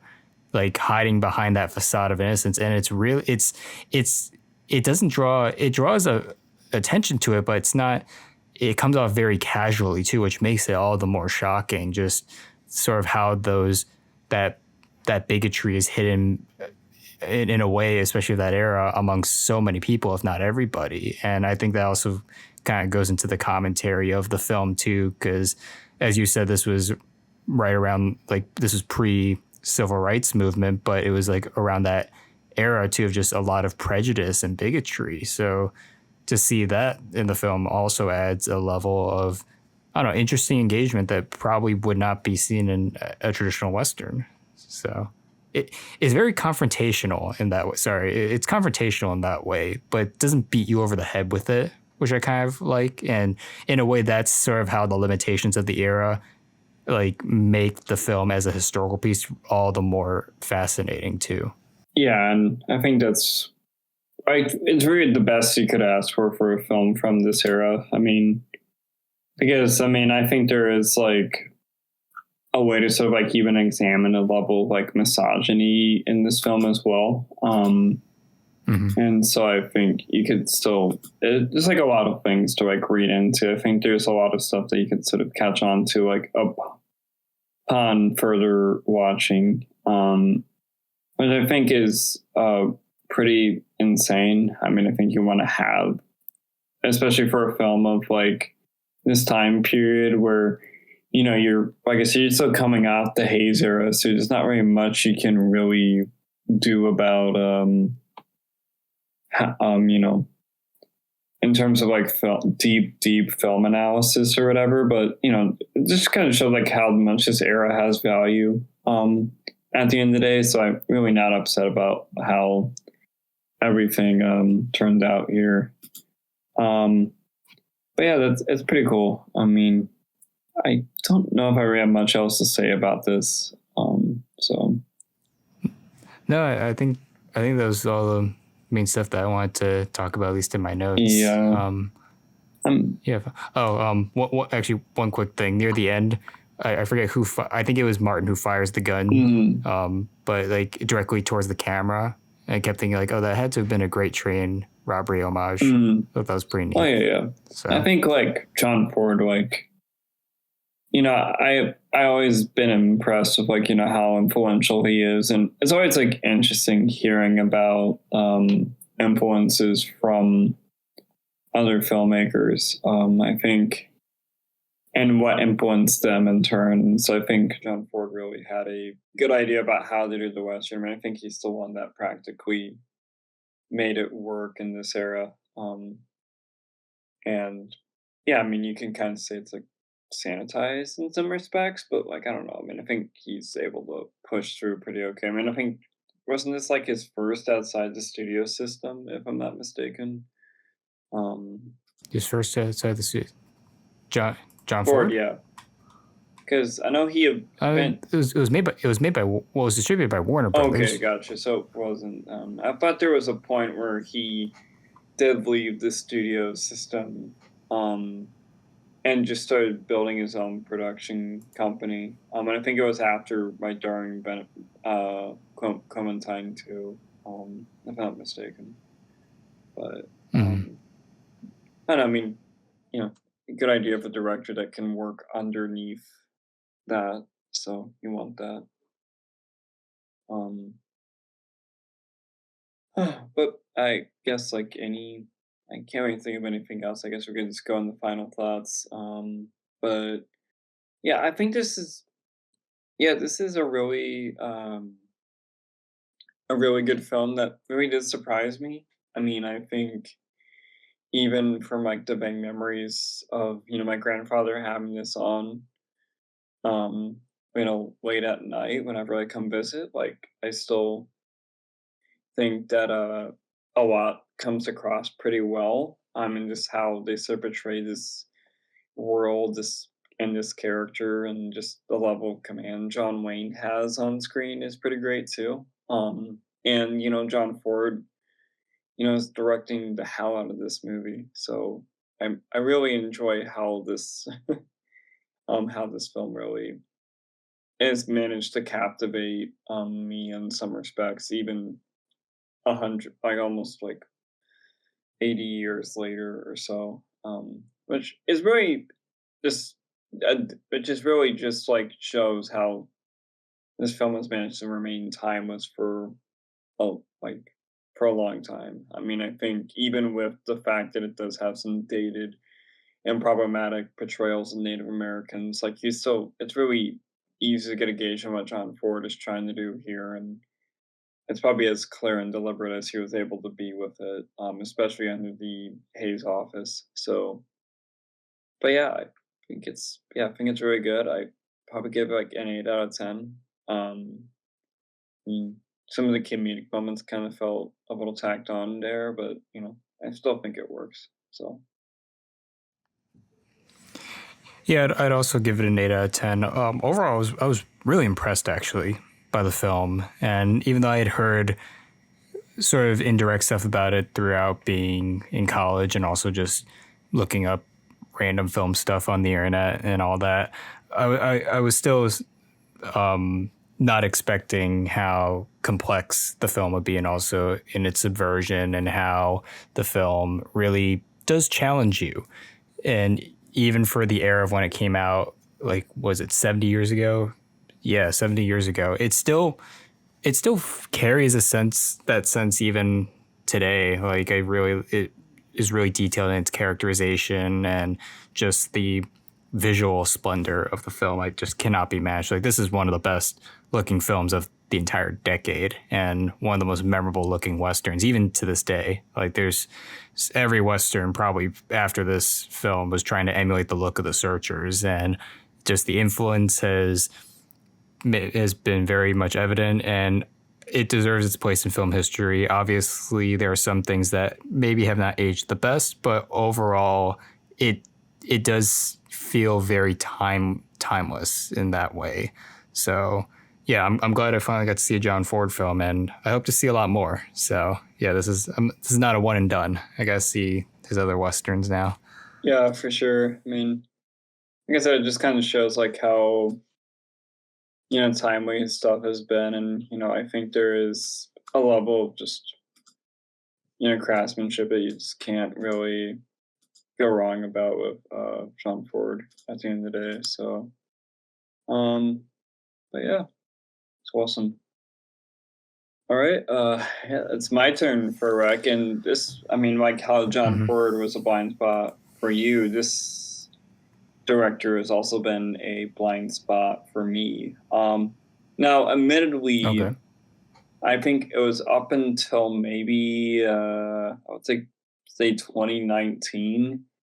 I haven't really watched much of like international cinema.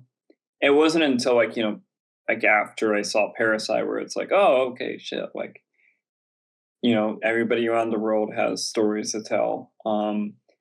And I think there is something about this director that, you know, has left a profound influence on filmmaking in general. And, you know, this is considered to be like one of his more popular films, from what I know.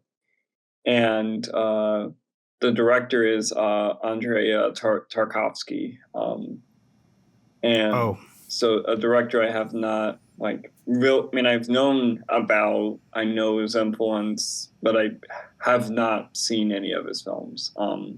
Admittedly, and the film I chose that we could talk about and watch. And I think, you know, it's going to be a new experience for me just because I haven't seen this guy's work before. Is Stalker from 1979. Yeah, actually, I'm looking now. I also have not seen a Tarkovsky film either. Well, So it's going to be a new experience for both of us. yeah, I think I was just intimidated. Well, That's why, because I know Tarkovsky films are very, very dense. yeah, they're dense. Admittedly, I don't know the runtime of this one. It's 2 hours and if I'm doing my math right, it's 2 hours and 41 minutes. 40 minutes. 41 minutes. Oh, man, we go. It's going to be a week of epics, man. And just, you know, because not much of a spoiler, but obviously the Odyssey is coming out.